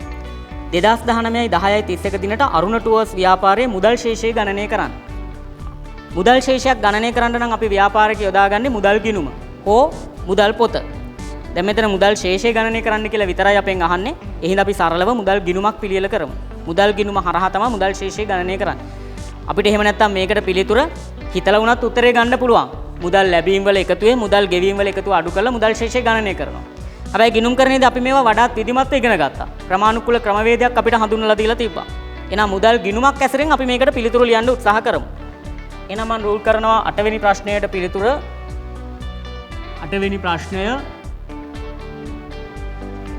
මුදල් ගිණුමක ආකෘතිය තමයි සාමාන්‍ය ගිණුමක් හා සමානව අපි ගන්නවා තීරු නම් කරනවා දිනය තීරුවක් විස්තරය තීරුවක් සංගල පිටුව තීරුවක් වටිනාකම් තීරුවක්. බැර පැත්තෙත් අපි ඒ ආකාරයටම දිනය විස්තරය සංගල පිටුව වටිනාකම මම මේකේ උඩින්ම ලියනවා. දැන් මෙතන ලකුණු දෙකක ගානක් ඉඳලා මම සරලව ලියනවා. අපිට ලකුණු 4ක 5ක වගේ ගානකට අහලා තිබ්බනම් මුදල් පොතක් කියලා අපි මේ මාතෘකාව ලියන්න ඕනේ ප්‍රධාන පියවර 3කින්. දැන් මෙතන මුදල් පොතක්ද මුදල් ගිණුමක්ද කියලා අහන්න නැති හින්දා මම සරලව මුදල් ගිණුමක ආකෘතියක් යටතේ මුදල් ශේෂය ගණනය කරනවා. මුදල් ගිණුම. අපි තීරු ටික නම් කරා දිනය විස්තරය සංගල පිටුව වටිනාකම. බැර පැත්තෙත් මම ගන්නවා දිනය විස්තරය සංගල පිටුව වටිනාකම. ගිණුමක වම් පැත්ත මම හඳුන්වනවා හර කියලා ගිණුමක දකුණු පැත්ත මම හඳුන්වනවා බැර කියලා. මම කොහොමම දරුවනේ ගිණුමක් කියන එක ගැනත් පොඩි සාරාංශයක් කතා කරන්නම්. ගිණුමක් කියලා අපි ඉගෙන ගත්තේ ගිණුම්කරණයේදී දිත්ත සටහන් න්‍යායට අනුව ගනුදෙනු හර සහ බැර ලෙස සටහන් කරන්න යොදා ගන්න සම්මත ආකෘතියක්. එහෙනම් මේ තියෙන්නේ ගිණුමක සම්මත ආකෘතිය. ඕනෙම ගිණුමකට නමක් තියෙනවා. මේ නම් අපි කතා කරේ මුදල් ගිණුම. ඒ වගේම ගිණුමක තීරු මෙන්න මේ ආකාරයට දිනය විස්තරය සංගල පිටුව වටිනාකම. අපි මේ වගේ තොරතුරු සටහන් කරන ආකාරයත් ඉගෙනගෙන තියෙනවා. එහෙනම් අපි මේ ගානට අදාළව තොරතුරු ටික සටහන් කරමු. මුදල් ගිණුම සහ මුදල් පොත කියන එක හදන්නේ අපි එකම ආකාරයකට. මීට කලින් ඉහතදී අපි ඉගෙනගෙන තියෙනවා ඔබ දන්නවා. මුදල් ගිණුම සහ මුදල් පොත කියන්නේ ගනුදෙනු සටහන් කරන්නේ එකම ආකාරයකට. ඒ හින්දාම අපි කතා කරා මුදල් පොත කියන එක ditthව කාර්යභාරයක් ඉටු කරනු ලබන්නක් විදියට. මුදල් පොත ඉටු කරපු ප්‍රධාන කාර්යභාරයන් දෙක තමයි මූලික පොතක කාර්යභාරය සහ ලෙජර් ගිණුමක කාර්යභාරය. මුදලින් සිදුවන ගනුදෙනු මුලින්ම සටහන් කරන්න යොදා ගන්න හින්දා මුදල් පොත කියන එක අපි මූලික පොතක් විදියට හැඳින්වනවා. ඒ වගේම ditth සටහන් න්‍යායට අනුව ගනුදෙනු හර සහ බැර ලෙස සටහන් කරන්න යොදා ගන්න ආකෘතියක් හින්දා අපි ගිණුමක් විදියට හඳුනාගත්තා. එහෙනම් අපි බලමු. එහෙනම් අපෙන් අහන්නේ මුදල් ශේෂය. මුදල් ශේෂය ගණනය කරන්න නම් අපි මුදල් ලැබීම් සහ සියලුම මුදල් ගෙවීම් සටහන් කරන්න ඕනේ. මුදල් ගිණුමක ගනුදෙනු සටහන් කරන රීතිය තමයි මුදල් ගිණුම කියලා කියන්නේ වත්කම් ගිණුමක්. එහෙනම් වත්කම් රීතියට අනුව සියලු ලැබීම් හරටත් සියලු ගෙවීම් බැරටත් අපි සටහන් කරනවා. වැඩිවීම හර අඩුවීම බැර කියන මූල ධර්මයේ ඔස්සේ. එහෙනම් අපි මුලින් ඉඳලම බලමු. එහෙනම් මුලින් ඉඳලම අපි බලාගෙන ගියොත් එහෙම මේ ව්‍යාපාරයට මුලින්ම ආරම්භ කරද්දී අයිතිකරුවන් ප්‍රාග්ධනය යොදලා තියෙනවා එක්කෙනෙක් ලක්ෂ 2 බැගින්. අපිට දීලා තියෙන්නේ එකතු වී ලක්ෂ 2 බැගින් ප්‍රාග්ධනය යදුවා කියලා. එක්කෙනෙක් ලක්ෂ 2යි කියලා කියන්නේ තිදෙනාම එකතු වෙලා ලක්ෂ 6ක ප්‍රාග්ධනයක් යොදලා තියෙනවා. එහෙනම් ව්‍යාපාරයට මුදල් ලැබිලා. මුදල් ලැබිලා නම් අපි මුදල් ගිණුම හර කරනවා. දිනේ තමයි 10යි 1. විස්තරයට මම ලියනවා ප්‍රාග්ධනය. මුදල් ලැබුණේ ප්‍රාග්ධනය තුලින්. එහෙනම් ලක්ෂ 2 බැගින් තිදෙනෙක් ප්‍රාග්ධනය යදුවා ලක්ෂ 6ක්. ඊළඟට මේ අයිතිකරුවන් යොදපු ප්‍රාග්ධනය විතරක් මදි වුණ හින්දා බැංකු ණයක් අරගෙන තියෙනවා. මුදලින් වෙච්ච ගනුදෙනුවක්. බැංකු ණය ගැනීමෙනුත් ව්‍යාපාරයට මුදල් ලැබුණා. එහෙනම් අපි මුදල් බැංකු ණය ලැබීමත් මුදල් ගිණුමට හර කළ යුතුයි. එහෙනම් මම මේකත් ලියනවා මේ ගනුදෙනුවත් වෙලා තිබුණේ 10යි 1 විස්තරයේ තීරුවෙන් ලියනවා බැංකු ණය වටිනාකම ලියනවා ලක්ෂ 4යි. දැන් අපි කවදාවත් හර පැත්ත ඉවර කරලා බැර පැත්ත සටහන් කරන්න යන්නේ නැහැ. එහෙම කරන්න ගියොත් අපිට මේ ගාන වරදිනවා. අපි කරන්නේ ගානේ අනුපිළිවෙලට තොරතුරු සටහන් කරන්න ඕනේ. ගානේ දීලා තියෙන තොරතුරු අනුපිළිවෙලින් සටහන් කරගෙන යනවා. ඊළඟට අපිට කියනවා පළවෙනි සිද්ධියට අදාළව පළවෙනි ඡේදය තුල අපිට ওই තොරතුරු ටික තමයි හඳුනා ගන්න පුළුවන්. ඊළඟට අපිට කියනවා බස් රථයේ ලැබීම් සහ ගෙවීම්. මුලින්ම කියනවා මගීන්ගෙන් 96000යි. එහෙනම් අපි ඒක ලියනවා. දැන් මේ ව්‍යාපාරයේ බස් රථ සේවාවක් සපයනවා කියලා කියන්නේ සේවා සපයන ව්‍යාපාරයක්. එහෙනම් අපි ගන්නවා මේක සේවා ආදායම් විදිහට. රුපියල් 96000යි. සේවා ආදායම් අපිට දිනේ කියන්නේ නැහැ. එහෙනම් අපි ඉරිකැලක් ගහනවා සේවා ආදායම් අපිට ඕනනම් වරහන් ඇතුලේ ලියන්න පුළුවන් මගීන්ගෙන් කියලා. රුපියල් 96000යි. සේවා ආදායම මගීන්ගෙන් 96000යි. ඒ වගේම මේ ව්‍යාපාරය චාරිකාවලනුත් අදාළ මාසය තුල 45000ක මුදලක් උපයලා තියෙනවා. එහෙනම් අපි ලියනවා ඒකත් සේවා ආදායම් වරහන් ඇතුලේ චාරිකා 45000යි. එහෙනම් ලැබීම මේ ටික තමයි තියෙන්නේ. ඊළඟට අපි එනවා ගෙවීම් වලට. ගෙවූ වියදම්. මුලින්ම අපිට කියන ඉන්ධන වියදම් 38000යි. මෙතන දිනයක් නැහැ. ඉන්ධන වියදම් 38000යි. ඊළඟට අපිට කියනවා බස් රථයේ අලුත් වැඩියා වියදම 9000යි. එහෙනම් මම ගන්නවා අලුත් වැඩියා වියදම් 9000යි. ඊළඟට මම ගන්නවා අපිට දීලා තියෙනවා රියදුරු වැටුප් 35000යි. දැන් ඔබට මතක තියෙන්න ඕනේ මුදල් ගිණුම හදද්දී සත්‍ය වශයෙන් මුදලින් වෙච්ච ගනුදෙනු විතරයි අපි ගන්නෙ. මේ ගාන ඇතුලේ අපිට දීලා තියෙනවා සහායකයාගේ වැටුප තාම ගෙවලා නැහැ කියලා. ගෙවලා නැහැ කියන්නේ තාම මුදලින් ගෙවලා නැහැ. සත්‍ය වශයෙන්ම මුදලින් වෙච්ච ගනුදෙනුවක් නෙමෙයි. එනේ ඒවා අපි කවදාවත් මුදල් ගිණුමට ඇතුළත් කරන්නේ නැහැ. එහෙනම් අපි ගන්නවා රියදුරු වැටුප් 35000යි. රියදුරු වැටුප් 35000යි. ඊළඟට වෙනත් වියදම් 7000යි. පොදුවේ අනිකුත් වියදම් සියල්ල වෙනත් වියදම් කියලා අපිට දීලා තියෙනවා. වෙනත් වියදම් 7000යි. ඊළඟ තොරතුරු වල එකකවත් අපිට සත්‍ය වශයෙන්ම මුදලින් වෙච්ච ගනුදෙනුවක් දීලා නැහැ. එහෙනම් මෙච්චරයි අපිට ගනුදෙනු දීලා තියෙන්නේ. එහෙනම් මම මෙන්න මේ ලැබීම් සහ ගෙවීම් අතර වෙනස ගණනය කරනවා. ඔන්න ඔය ලැබීම් සහ ගෙවීම් අතර වෙනස එහෙම නැත්නම් ගිණුමක හර සහ බැරකල වටිනාකම් අතර වෙනස ගණනය කරනවා. ඔකට අපි කියනවා ගිණුමක් තුලනය කරනවා. එහෙම නැත්නම් ගිණුමක් ශේෂ කරනවා කියලා කියනවා. එහෙනම් අපිට අවසාන වශයෙන් අහන්නේ මුදල් ශේෂයනේ 10යි 31 දිනට. එහෙනම් ඔන්න බලාගන්න ගිණුමක් තුලනය කරන විදිහ. අපි තව රූල් කීපයක් ඉතිරි කරලා හර සහ බැර තීරු වල දෙපැත්තෙන් සමාන්තර එකතු තීරු දෙකක් ගහනවා. අපි බලනවා බැලු බැලමටම කොයි පැත්තද වැඩි කියලා. හර පැත්තේ ලක්ෂ 6ක් තියෙනවා. කොහොමත් මුදල් ගිණුමක වැඩි වෙන්න ඕනේ හර පැත්ත ලැබීම් පැත්ත. මුදලක් ලැබුණොත් තමයි අපිට ඒක වියදම් කරන්න පුළුවන්. එහෙනම් ලැබීම් පැත්ත වැඩි. මම ලැබීම් පැත්ත එකතුව ගන්නවා. 0යි 0යි 0යි 6යි 5යි 11න් එක දානවා එකක් ඉතිරි. 9යි ඉතිරි එකයි 10යි 4යි 14න් 4 දානවා එකක් ඉතිරි.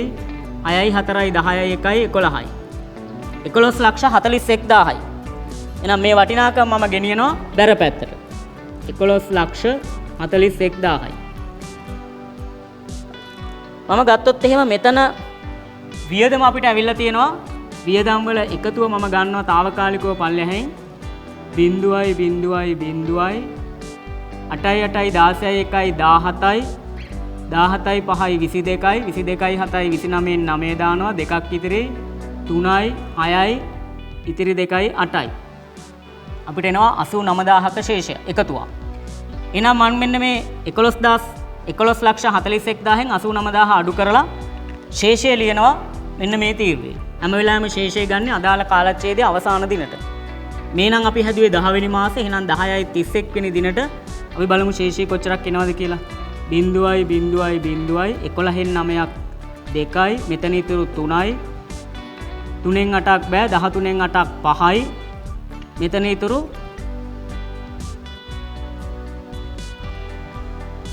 10යි. අපිට මෙතන එක ගනුදෙනුවක් මගහැරිලා තියෙනවා. ඒ ගනුදෙනුව තමයි මේ ව්‍යාපාරයට අයිතිකරුවන් ප්‍රාග්ධනයේ යෙදුවේ සහ බැංකු ණය ගත්තේ බස් රථයක් මිලදී ගන්න. එහෙනම් ඒ බස් රථය වෙනුවෙන් ලක්ෂ 10ක මුදලක් වැය වෙලා තියෙනවා. එහෙනම් ওই බස් රථය මිලදී ගත්ත එකත් අපි සටහන් කරන්න ඕනේ. ඒක අපි ඉහළින්ම සටහන් කරන්න ඕනේ. එහෙනම් අපි ඒක සටහන් කරනවා බස් රථය නැත්නම් මෝටර් රථ කියලා ලක්ෂ 10ක්. මෝටර් රථ කියලා ලක්ෂ 10ක් ගන්නවා. හරි. මෝටර් රථ කියලා ලක්ෂ 10ක් ගත්තාම අපිට මෙතන 10යි මෙතන 10 ගියපුවාම බිඳුවයි. එහෙනම් ශේෂය එනවා 52000ක්. මම తాවකාලිකව 89000 ගත්තා. මම මේක අයින් කරනවා. එහෙනම් අපිට මේ ගිණුමේ ශේෂය එනවා 52000ක්. එහෙනම් මෙන්න මේ කාලච්ඡේදයේ අගශේෂය මොකද කරන්නේ? අපි හැම වෙලාවෙම පහතට අරගෙන යනවා. එහෙනම් පහතට ගෙන ගියා කියන අදහසින් ගිණුම් කරන්නේදී අපි මේක කියනවා ශේෂය පාගය කියලා. ශේෂය පාගය. එහෙනම් 10යි 31 දිනට පහතට ගෙන යන ශේෂය 52000යි. ඊළඟට අපි කරන්නේ මෙන්න මේ 10යි 31 ශේෂය නොවැම්බර් මාසේ පළවෙනි දිනට එහෙම නැත්නම් ඊළඟ මාසේ ආරම්භක දිනට ඉදිරියට අරගෙන යනවා. එහෙනම් ඊළඟ මාසේ කියන්නේ 11යි 1 පහතට ගෙනියමු ශේෂය මම ආරම්භක දිනට ඉදිරියට අරගෙන යනවා. ඉදිරියට ගෙන ගියා කියන අදහසින් මම මේකට කියනවා ශේෂය ඊගේ කියලා. අපි ශේෂය ඉදිරියට අරගෙන ගියා 52000ක්. එහෙනම් මේ ගානේ අපෙන් අහන්නේ මුදල් ගිණුම නෙමෙයි. අපෙන් අහන්නේ 8 වෙනි ප්‍රශ්නේ 10යි 31 දිනට අරුණ ටුවර්ස් ව්‍යාපාරයේ මුදල් ශේෂය ගණනය කරන්න. එහෙනම් අපි පල්ලෙහෙන් ලියනවා 10යි 31 දිනට මුදල් ශේෂය රුපියල් 52000කි. මම මේක පොඩි වෙලාවක් අරගෙන ඔය කට්ටියට කතා කරා. ගිණුමක් කියන්නේ මොකද්ද? වත්කම් ගිණුමක ගනුදෙනු සටහන් කරන්නේ කොහොමද? සහ අවසාන වශයෙන් ගිණුමක් තුලනය කරන්නේ කොහොමද කියන එක. මේවා අපි 10 වසරේ වෙන වෙනම ඉගෙනගත්තු මාතෘකා. හරි. එහෙනම් මම යනවා 9 වෙනි අභ්‍යාසයට. 9 වෙනි ගාන. 9 වෙනි ප්‍රශ්නය අපෙන් අහන්නේ 2019යි 10යි 31 දිනෙන් අවසන් මාසයේ අරුණ ටුවර්ස් ව්‍යාපාරයේ ලාභය හෝ අලාභය ගණනය කරන්න. ලාභය හෝ අලාභය සාමාන්‍යයෙන් අපි හොයන්නේ ලාභ හෝ අලාභ ප්‍රකාශයක් තුලින්. ඒක අපි විස්තරාත්මකව ඉගෙන ගත්තා. 11 ශ්‍රේණිය මූල්‍ය ප්‍රකාශ කියන මාතෘකාව යටතේ. ව්‍යාපාරයක් පිළියෙල කරන ප්‍රධාන මූල්‍ය ප්‍රකාශ දෙකක් තිබුණා. ලාභ හෝ අලාභ ප්‍රකාශනය සහ මූල්‍ය තත්ත්ව ප්‍රකාශනය. හැබැයි මෙතන අපෙන් අහන්නේ ලකුණු දෙකක ප්‍රශ්නයක් විදිහට ඒ තරම් සවිස්තරාත්මක ලාභ හෝ අලාභ ප්‍රකාශයක් නෙමෙයි. අපි දන්නවා කොහොමත් ව්‍යාපාරයක ලාභය හොයන්නේ සරලව ගත්තොත් ආදායමෙන් වියදම අඩු කරලා. එහෙනම් මෙතන ලකුණු දෙකක ප්‍රශ්නයකට අපිට සරල ආදායම් ප්‍රකාශයක් හරහා පිළිතුර ලබා ගැනීමේ හැකියාව තියෙනවා. එහෙනම් මම හදනවා 9 වෙනි ප්‍රශ්නය. මම රූල් කරගන්නවා ආකෘතියක් ආදායම් ප්‍රකාශනයක් වටිනාකම් තීරු දෙකක් සහිතව. වටිනාකම් තීරු දෙකක් මම ගත්තේ. දකුණු පැත්තේ කොනේම තීරුව අපි හඳුනා ගන්නවා ප්‍රධාන වටිනාකම් තීරුව. මේ වම් පැත්තේ තීරුව අපි හඳුනා ගන්නවා උප වටිනාකම් තීරුව. කිසියම් තොරතුරක් අපිට ප්‍රධාන තීරුවේ ලියන්න බැයි නම් මේ තීරුවේ සපෝට් එකට තමයි අපි මේ තීරුව ගන්න. ඒ හින්දා තමයි අපි මේ තීරුව හඳුන්වන්නේ උප වටිනාකම් තීරුව කියලා. එනම උඩින්ම ලියනවා ආදායම් ප්‍රකාශනය. ආදායම් ප්‍රකාශනයක ආකෘතිය තමයි අපි ඉහළට ගන්නවා ආදායම් වලින් අපි අඩු කරනවා වියදම්. ආදායම් වලින් වියදම් අඩු කරාම අපිට ලැබෙන උත්තරය තමයි ශුද්ධ ලාභය. මේ ගානේ අහන්නේ අපෙන් ශුද්ධ ලාභය. එහෙනම් අපි බලමු. එහෙනම් මේ ගානත් අපි ඉහළ සිට පහළට පිළිවෙලින් බලාගෙන යමු මොනවද අපිට ලැබිලා තියෙන ආදායම් සහ වියදම් කියලා. මුලින්ම අපිට ලැබිලා තියෙනවා බස් රථයෙන් මගීන්ගෙන් 96000ක් චාරිකා වලින් 45000ක්. එහෙනම් මම ගන්නවා සේවා ආදායම් කියලා. සේවා ආදායම් වර්ග දෙකක් තිබ්බා මගීන්ගෙන් ඊළඟ එක චාරිකා වලින්. මගීන්ගෙන් අපිට ලැබිලා තියෙනවා 96000ක්. එහෙනම් ඔන්න මම උපවටිනාකම් තීරුවේ ලියනවා. චාරිකා වලින් ලැබිලා තියෙනවා 45000ක්. චාරිකා වලින් 45000ක්. හරි. ඊළඟට අපිට මාසය තුල සිදු කරපු ගෙවීම් ටික දීලා තියෙනවා. ගෙවූ වියදම්. ඉන්ධන වියදම් 38000යි. එහෙනම් මම මුලින්ම ලියනවා ඉන්ධන වියදම්. උපතීරුවේ මම ලියනවා 38000යි. ඊළඟට බස් රථ අලුත් වැඩියා වියදම් 9000යි. මම ගන්නවා අලුත් වැඩියා වියදම් 9000යි. ඊළඟට අපිට දීලා තියෙනවා රියදුරු වැටුප් 35000යි. ඔන්න මෙතෙන්දී රියදුරු වැටුප ගත්තී අපිට තේරෙන්න ඕනේ රියදුරු වැටුප නම් දැනටමත් ගෙවලා තියෙනවා. හැබැයි සහායකයාගේ වැටුප ගෙවලා නැහැ. ගෙවලා නැතත් ලාභය හොයද්දී ලාභය හොයන්නේ අපි උපචිත සංකල්පයට අනුව.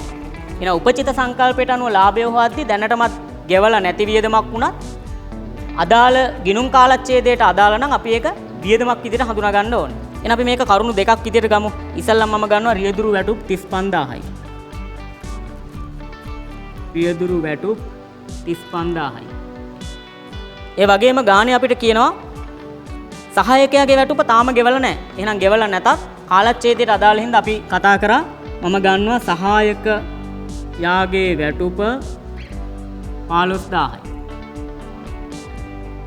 ඊළඟට අපිට කියනවා වෙනත් වියදම් 7000යි. වෙනත් වියදම් 7000යි. ගාන තුල කියන මූලික වියදම් අපිට එච්චරයි. හැබැයි අපි දන්නවා ආදායම් ප්‍රකාශනය හදන්නේ උපචිත සංකල්පයට අනුව. තව මේ ගානේ අපිට දීලා තියෙන්න පුළුවන් වක්‍රාකාරයෙන් වියදම් විදියට හඳුනාගත යුතු යම් තොරතුරු. ඔන්න බලන්න අපිට දීලා තියෙනවා බස් රථයේ වාර්ෂිකව 112 බැගින් සරල මාර්ග ක්‍රමයට ක්ෂය කෙරේ. අපි 11 ශ්‍රේණියේදී ඉගෙන ගත්ත ගැලපුම් සටහනක් විදියට ගිණුම් කරන ක්ෂය ගැන. ක්ෂය කියලා කියන්නේ කිසියම් ස්ථාවර වත්කමක සරලව අගය අඩුවීම. අගය අඩුවීම සරලව අපි කතා කරා ක්ෂය කියලා. උදාහරණ විදියට මෙහෙම හිතන්න. ඔකට්ටියගේ ගෙදරට ගේනවා රුපියල් ලක්ෂයක් දීලා රූපවාහිනී යන්ත්‍රයක් ගේනවා.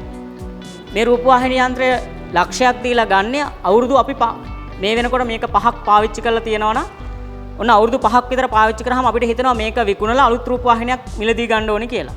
හැබැයි අවුරුදු 5ක් පාවිච්චි කරලා අපි මේක විකුණන්න ගියොත් එහෙම අපිට රුපියල් ලක්ෂයකටම විකුණන්න බෑ. ඒ වත්කම පාවිච්චි කිරීමත් එක්ක සිදුවන භෞතිකව සිදු වෙලා තියෙන අගය අඩුවීම, ඒ වගේම යල් පැනීම වගේ ආර්ථික සාධකත් එක්ක අපිට මේක විකුණා ගන්න පුළුවන් ඊට වඩා අඩු වටිනාකමකට. කාලයත් සමග මේ වත්කමේ අගය අඩු වෙලා තියෙනවා. අපි හිතමු අපි මේක රුපියල් 75000කට වික්කා කියලා. එහෙනම් බලන්න අවුරුදු 5 ඇතුළත මේකේ වටිනාකම රුපියල් 25000කින් අඩු වෙලා. එහෙනම් මෙන්න මේ අගය අඩුවීම ගිණුම් කරන්නේදී අපි සරලව හඳුනා ගන්නවා ක්ෂය කියලා. ක්ෂය කියලා කියන්නේ වියදම. ලක්ෂයට ගත්ත රූපවාහිනිය අද අපිට විකුණා ගන්න පුළුවන් උනේ 75000ට. 25000ක් අපිට පාඩුයි. එහෙනම් පාඩුවක් ඉඳලා ක්ෂය කියන එක අපි ගිණුම් කරන්නේදී හඳුනා ගන්නවා වියදමක් විදිහට. එහෙනම් මේ ගානෙත් තියෙනවා මෙන්න මේ බස් රථයේ 112ක් වාර්ෂිකව ක්ෂය වෙනවලු.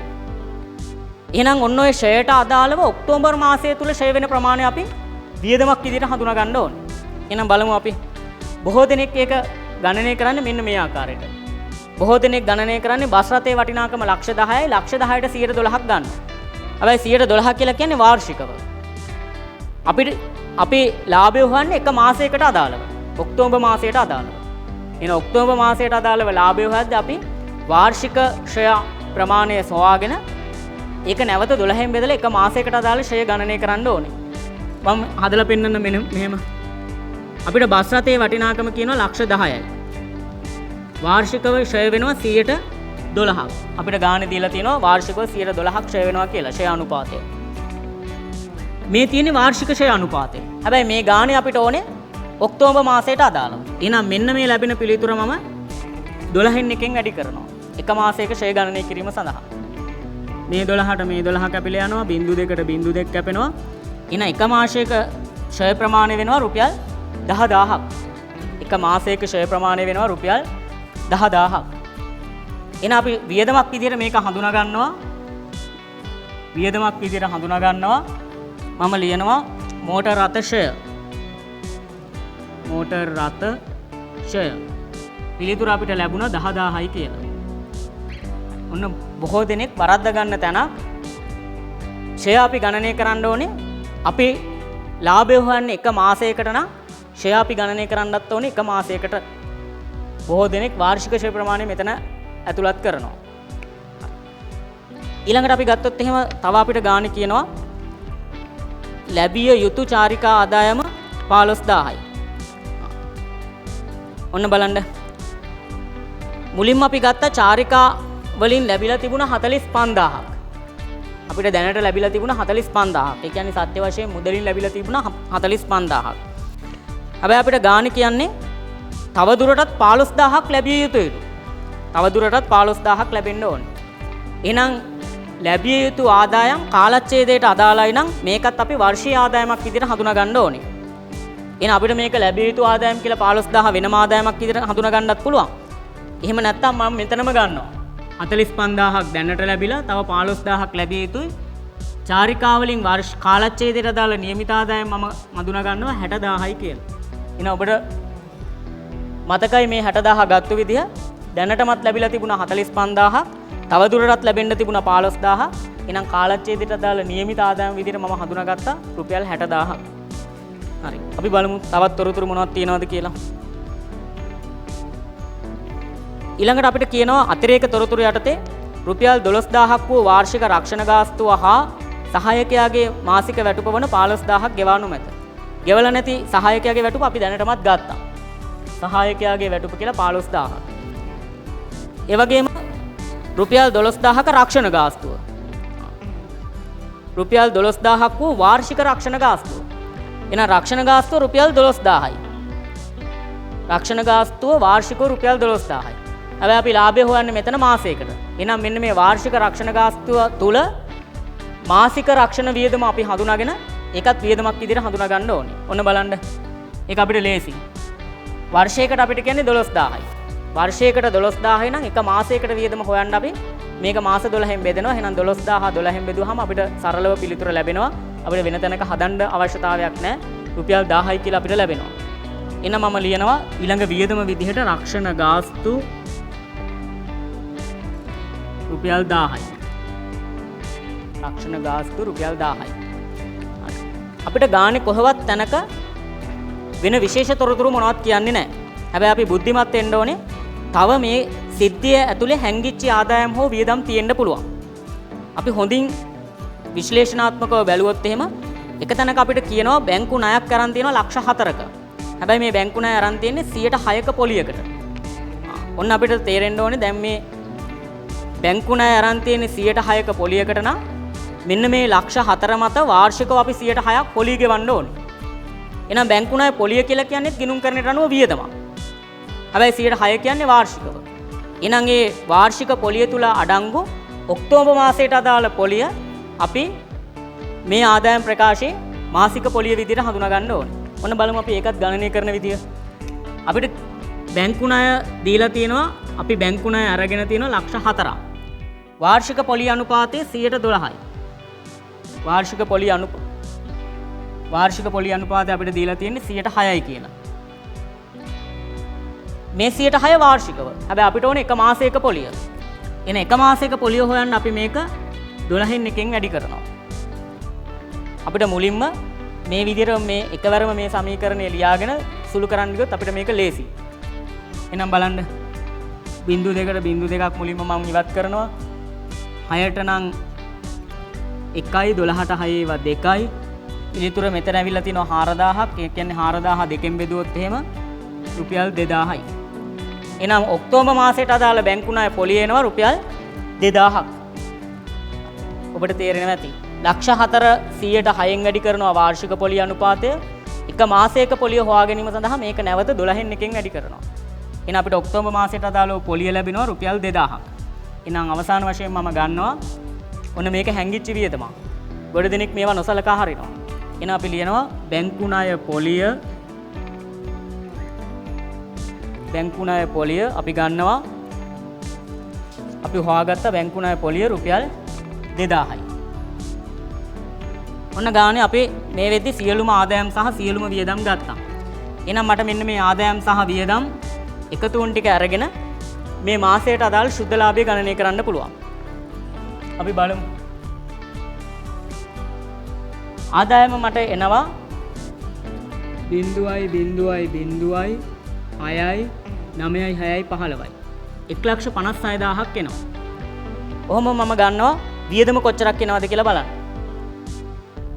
0.0.0යි 8යි 8යි 16යි 1යි 17යි 17යි 10යි 27යි 28යි 30යි 37න් 7 දානවා 3ක් ඉතිරි 3යි, ඉතිරි 3යි 6යි, 9යි, 10යි, 11යි.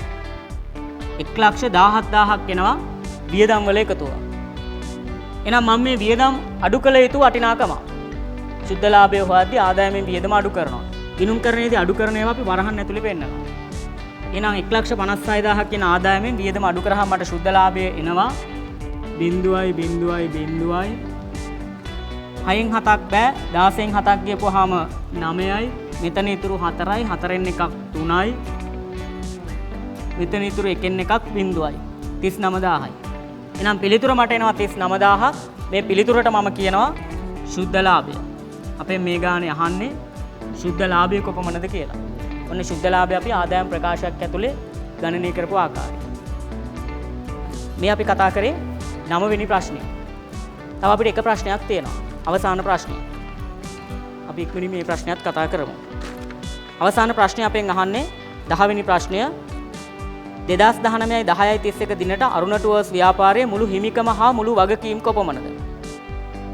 අපි දන්නවා දුවේ පුතේ හිමිකම කියලා කියන්නේ ව්‍යාපාරයක් සතු වත්කම් වලින් අයිතිකරුවන් සතු වන වත්කම් ප්‍රමාණය. ගිණුම් කරන සමීකරණයේදී නම් අපි හිමිකම ඒ දීලා තියෙන තොරතුරු සියල්ලම ආදේශ කරලා ගණනය කරා. එහෙම නැත්නම් දැන් මේ ගානේ මේ තොරතුරු සියල්ලම ආදේශ කරලා පිළිතුර ගන්න ගියොත් අපිට කරන්න බෑ. සමහර තොරතුරු මෙතන දීලා නැහැ. මාසය තුල වෙච්ච සියලුම ගනුදෙනු ගිණුම් කරන සමීකරණයට ආදේශ කරන්න ගියොත් ඒක සංකීර්ණ වැඩි. ඒ හින්දා අපිට ගන්න පුළුවන් මෙන්න මෙහෙම. දැන් අපි ඒ මුළු කාලච්ඡේදය තුලම වෙච්ච ගනුදෙනු සාරාංශගතව සටහන් කරලා ලාභය හොයාගෙන අවසానයි. එහෙනම් මේ ලාභය අයිතිකරුට. මේ ලාභය කියන එක අයිතිකරුට. ඒ වගේම අයිතිකරු මේ ව්‍යාපාරේ නම් අයිතිකරුවන් තිදෙනාම ව්‍යාපාරය ආරම්භ කරද්දී යෙදුවා රුපියල් ලක්ෂ 6ක මුදලක්. එහෙනම් ඔන්න ඔය කියන ආරම්භක ප්‍රාග්ධනයේට කාලච්ඡේදය තුල සිදුවෙච්ච බලපෑමේ ප්‍රතිඵලය අපි හඳුනාගත්තේ ලාභය. මෙන්න මේ ලාභය අපි අයිතිකරුට දෙන්න ඕනේ. එන ආරම්භක ප්‍රාග්ධනයට මෙන්න මේ ශුද්ධ ලාභය එකතු කිරීමෙන් අපිට පුළුවන් 10/31 දිනට අයිතිකරුවන්ගේ හිමිකම ගණනය කරන්න. අපෙන් අහන්නේ 10/31 දිනට අයිතිකරුගේ හිමිකම. එහෙනම් මම ලියනවා 10 වෙනි ප්‍රශ්නෙට පිළිතුර මෙන්න මේ ආකාරයට. 10 වෙනි ප්‍රශ්නේ අපෙන් කොටස් දෙකක් අහනවා. පළවෙනි එක අහනවා 10/31 දිනට හිමිකම. එහෙනම් හිමිකම මම ගණනය කරේ මුලින්ම මම ගත්තා ආරම්භක ප්‍රාග්ධනය. ආරම්භයේදී අයිතිකරුවන්ගේ හිමිකම ආරම්භක ප්‍රාග්ධනයේ එක්කෙනෙක් ලක්ෂ 2 ගානේ තිදෙනා ලක්ෂ 6ක් යෙදුවා. එහෙනම් මම ගන්නවා ආරම්භක ප්‍රාග්ධනයේ ලක්ෂ 6යි. මේකට මම එකතු කරනවා කාලච්ඡේදයේ ශුද්ධ ලාභය. ලාභය අයිතිකරුට හින්දා. එකතු කරනවා ශුද්ධ ලාභය. ශුද්ධ ලාභය එනවා අපි ඉස්සලා ගානෙන් හොයාගත්ත 39000. එහෙනම් පිළිතුර එකතු කරොත් එහෙම 6,39,000ක් එනවා. මෙන්න මේ පිළිතුර මම ගන්නවා 10/31 දිනට අයිතිකරුගේ හිමිකම. අයිතිකරුවන්ගේ කියලා අපි ගන්නවා. අයිතිකරු තිදෙනෙක් ඉන්න හින්දා. අයිතිකරුවන්ගේ හිමිකම.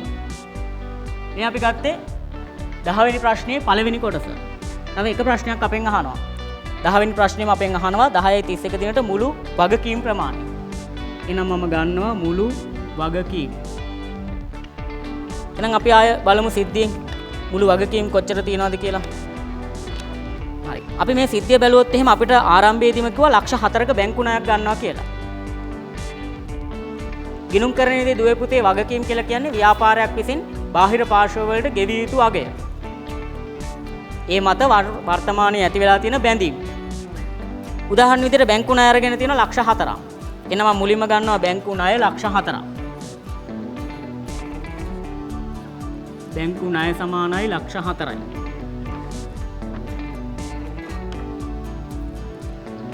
අපිට මේ සිද්ධිය දිහා බලද්දී බැලූ බැලමටම වගකීම් පේන්නේ එච්චරයි. එහෙනම් අර ඉස්සල්ලා ශුද්ධ ලාභය හෙව්වා වගේම මෙතනත් අපි වඩාත් විශ්ලේෂණාත්මකව මේක දිහා හොඳින් බලන්න ඕනේ සිද්ධිය දිහා. සිද්ධිය දිහා හොඳින් බලද්දී අපිට පේනවා සහායකයාගේ වැටුප 15000 තාම ගෙවලා නැහැ. ඔන්න ගෙවලා නැත්තම් ව්‍යාපාරයේ බැඳීමකට ලක් වෙනවා මේ වටිනාකම ගෙවිය යුතුයි කියලා. එහෙනම් බැඳීම් තමයි එක්තරා ආකාරයකට අපි වගකීම් කියලා හඳුනාගත්තේ. මේවා අපි හඳුනාගත්තේ උපචිත වියදම් කියලා. ගිණුම් කාලච්ඡේදය තුල ගෙවිය යුතු තාමත් ගෙවලා නැති වියදම් අපි හඳුනාගත්තා උපචිත වියදම් කියලා. එහෙම නැත්තම් ගෙවිය යුතු වියදම් කියලා. ඔන්න එකක් අපි හඳුනාගත්තා මොනවද? අපිට සිද්ධියේ තියෙනවා සහායකයාගේ වැටුප. එහෙනම් මම මේක ගන්නවා උපචිත සහායක වැටුප. උපචිත සහායක වැටුප සමානයි අපිට කියනවා 15000යි. ඒ වගේම ඉස්සල්ලා අපි ශුද්ධ ලාභය හොයද්දී කතා කරානේ රක්ෂණ ගාස්තු සහ ණය පොලි. එහෙනම් මේ දෙක වියදම්. හැබැයි මේ දෙකම අපිට ගෙවුවා කියලා ගානේ දීලා නැහැ. ගානේ අපිට දීලා තියෙන මාසය තුල ගෙවූ වියදම් යටතේ බැංකු ණය පොලිය තාම ගෙවුවා කියලා දීලත් නැහැ. රක්ෂණ ගාස්තු තාම ගෙවුවා කියලා දීලත් නැහැ. හැබැයි මේවත් වර්ෂයට අදාළ අපේ කාලච්ඡේදයේ මාසයක් ඒ මාසයට අදාළ වියදම්. එහෙනම් මේ දෙකම අපි තාම ගෙව්වේ නැතත් තාම ගෙවලා නැති නින්දාම මොකද කරන්නේ අපි උපචිත වියදම් විදියට මේ දෙකම හඳුනා ගන්න ඕනේ. උපචිත වියදම් කියලා කියන්නේ ගිණුම් කරණයට අනුව වගකීමක්. එහෙනම් මම ඊළඟට ගන්නවා උපචිත රක්ෂණ ගාස්තු. උපචිත රක්ෂණ ගාස්තු අපි ඉස්සලා ගානෙන් හොයාගත්ත උපචිත රක්ෂණ ගාස්තු අපිට ආවා රුපියල් 1000. වර්ෂයට නම් 12000යි එක මාසයකට 1000ක් උපචිත වෙලා තිබුණා. ඒ වගේම බැංකු ණය පොලියත් අපි ගණනය කරා 2000ක් කියලා මාසෙට. මේකත් තාම ගෙවලා තිබෙන්නේ නැහැ. එහෙනම් මේකත් අපි හඳුනා ගන්නවා උපචිත ණය පොලි කියලා. උපචිත ණය පොලි සමානයි 2000යි. එහෙනම් අපිට මේ ටික තමයි වගකීම් විදියට හඳුනා ගන්න තියෙන්නේ මාසය තුල.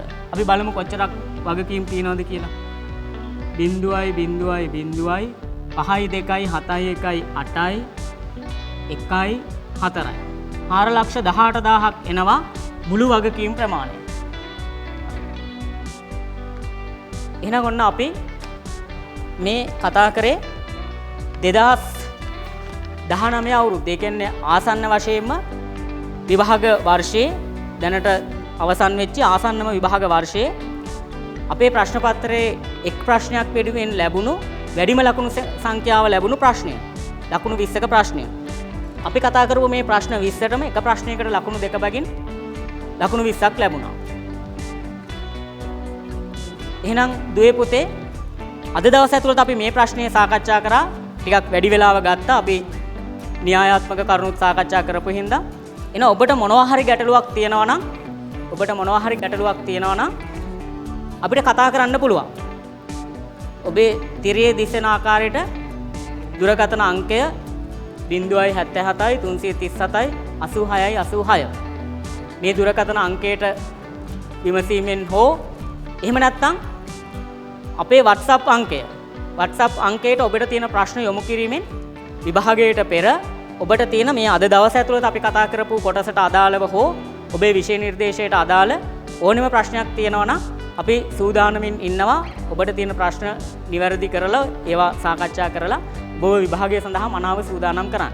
එහෙනම් WhatsApp අංකයත් කියන්න ඔකට තිරේ බලා ගන්න පුළුවන් 071 3යි 98යි 16යි 92. එහෙනම් දුවේ පුතේ අපි අද දවස් ඇතුළත මේ ප්‍රශ්නයට අදාළව සහ අද දවසේ කොටස් මෙතනින් අවසන් කරලා ඉදිරි දවසක අපි නැවතත් සම්බන්ධ වෙනවා තවත් අලුත් කොටසකින්. අපේ විෂය නිර්දේශයේ අපේ ප්‍රශ්න පත්‍රයේ තවත් අලුත් ප්‍රශ්නයකින් ඒ හරහා විෂය නිර්දේශයට අදාළ අලුත් කොටස් සාකච්ඡා කරමින් ඔබ විභාගය සඳහා මනාව සූදානම් කරන්න. ඒ වගේම තමයි ඔබට මොනවා හරි අමාරු පාඩම් හදාගන්න බැරි ගණන් ඒවා තියෙනවා නම් අපිට යොමු කරන්න පුළුවන්. අපි ඒවත් සාකච්ඡා කරමින් ඔකට්ටේගේ අදහස් වලට සවන් දීලා ඉදිරි සතිවලදී වැඩි දෙනෙකුගේ ඉල්ලීම මත ඔබලා බලාපොරොත්තු වෙන ප්‍රශ්න පාඩම් සාකච්ඡා කරන්න බලාපොරොත්තු වෙනවා.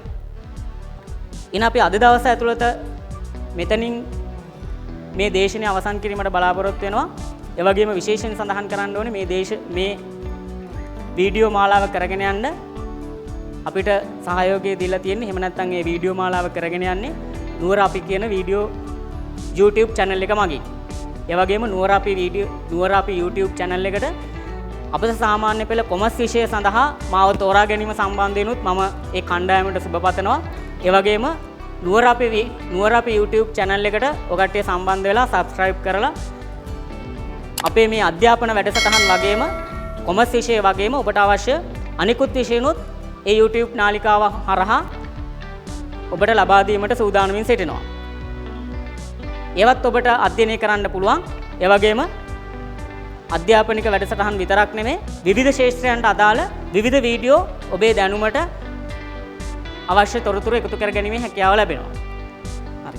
එහෙනම් අපි අද දවසේ ඇතුළත මෙතනින් පන්තිය නතර කරමු. ඔබට ඇති ප්‍රශ්න අපිට යොමු කරන්න අපි ඒවටත් අවධානය යොමු කරලා අපේ ඉදිරි පාඩම් අපි සූදානම් කරගමු.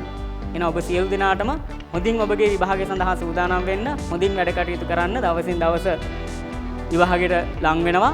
තව බොහොම කෙටි දවසක් තියෙන්නේ. ඔබට මේ වීඩියෝ පාඩම් නැවත නැවත අධ්‍යයනය කරන්න පුළුවන්. පහුගිය කාලය පුරාවටම රටේ පැවති තත්ත්වයක් එක්ක ඔබගේ අධ්‍යාපන කටයුතු අඩපණ වුණා නම්, ඔබට ටියුෂන් පන්තියකට යන්න බැරි වුණා නම්, ඒ වගේම බොහෝ දෙනෙක් ඔන්ලයින් පන්ති වලට සම්බන්ධ වුණා. හැබැයි ඔන්ලයින් පන්ති වලට සම්බන්ධ වුණත් බොහෝ දෙනෙකුට දැන් ඔන්ලයින් පන්ති එපා වෙලා තියෙන්නේ. එහෙනම් ඔය කට්ටියට අධ්‍යාපනය දෙන්න පුළුවන් හොඳම ක්‍රමය තමයි මේ වගේ වීඩියෝ එකක් හරහා ඔබට අවශ්‍ය වෙලාවට ඔබට අවශ්‍ය පාඩම් නැවත නැවත බලා ගනිමින් ඔබගේ අධ්‍යාපන කටයුතු සඳහා සූදානම් වෙන්න පුළුවන්. ඒ වගේම අනිකුත් ප්‍රධානම විශේෂත්වය තමයි එහෙම ඔන්ලයින් පන්ති වලට සම්බන්ධ වෙන්න බැරි වුණ බොහෝ පිරිසක් ඉන්නවා අපි ආවට. එහෙනම් ඒ සියලු දෙනාටම කිසිම ගාස්තුවකින් තොරව අපේ වැඩසටහන් වලට සම්බන්ධ වෙලා ඔබගේ විභාගය සඳහා මනාව සූදානම් වෙන්න පුළුවන්.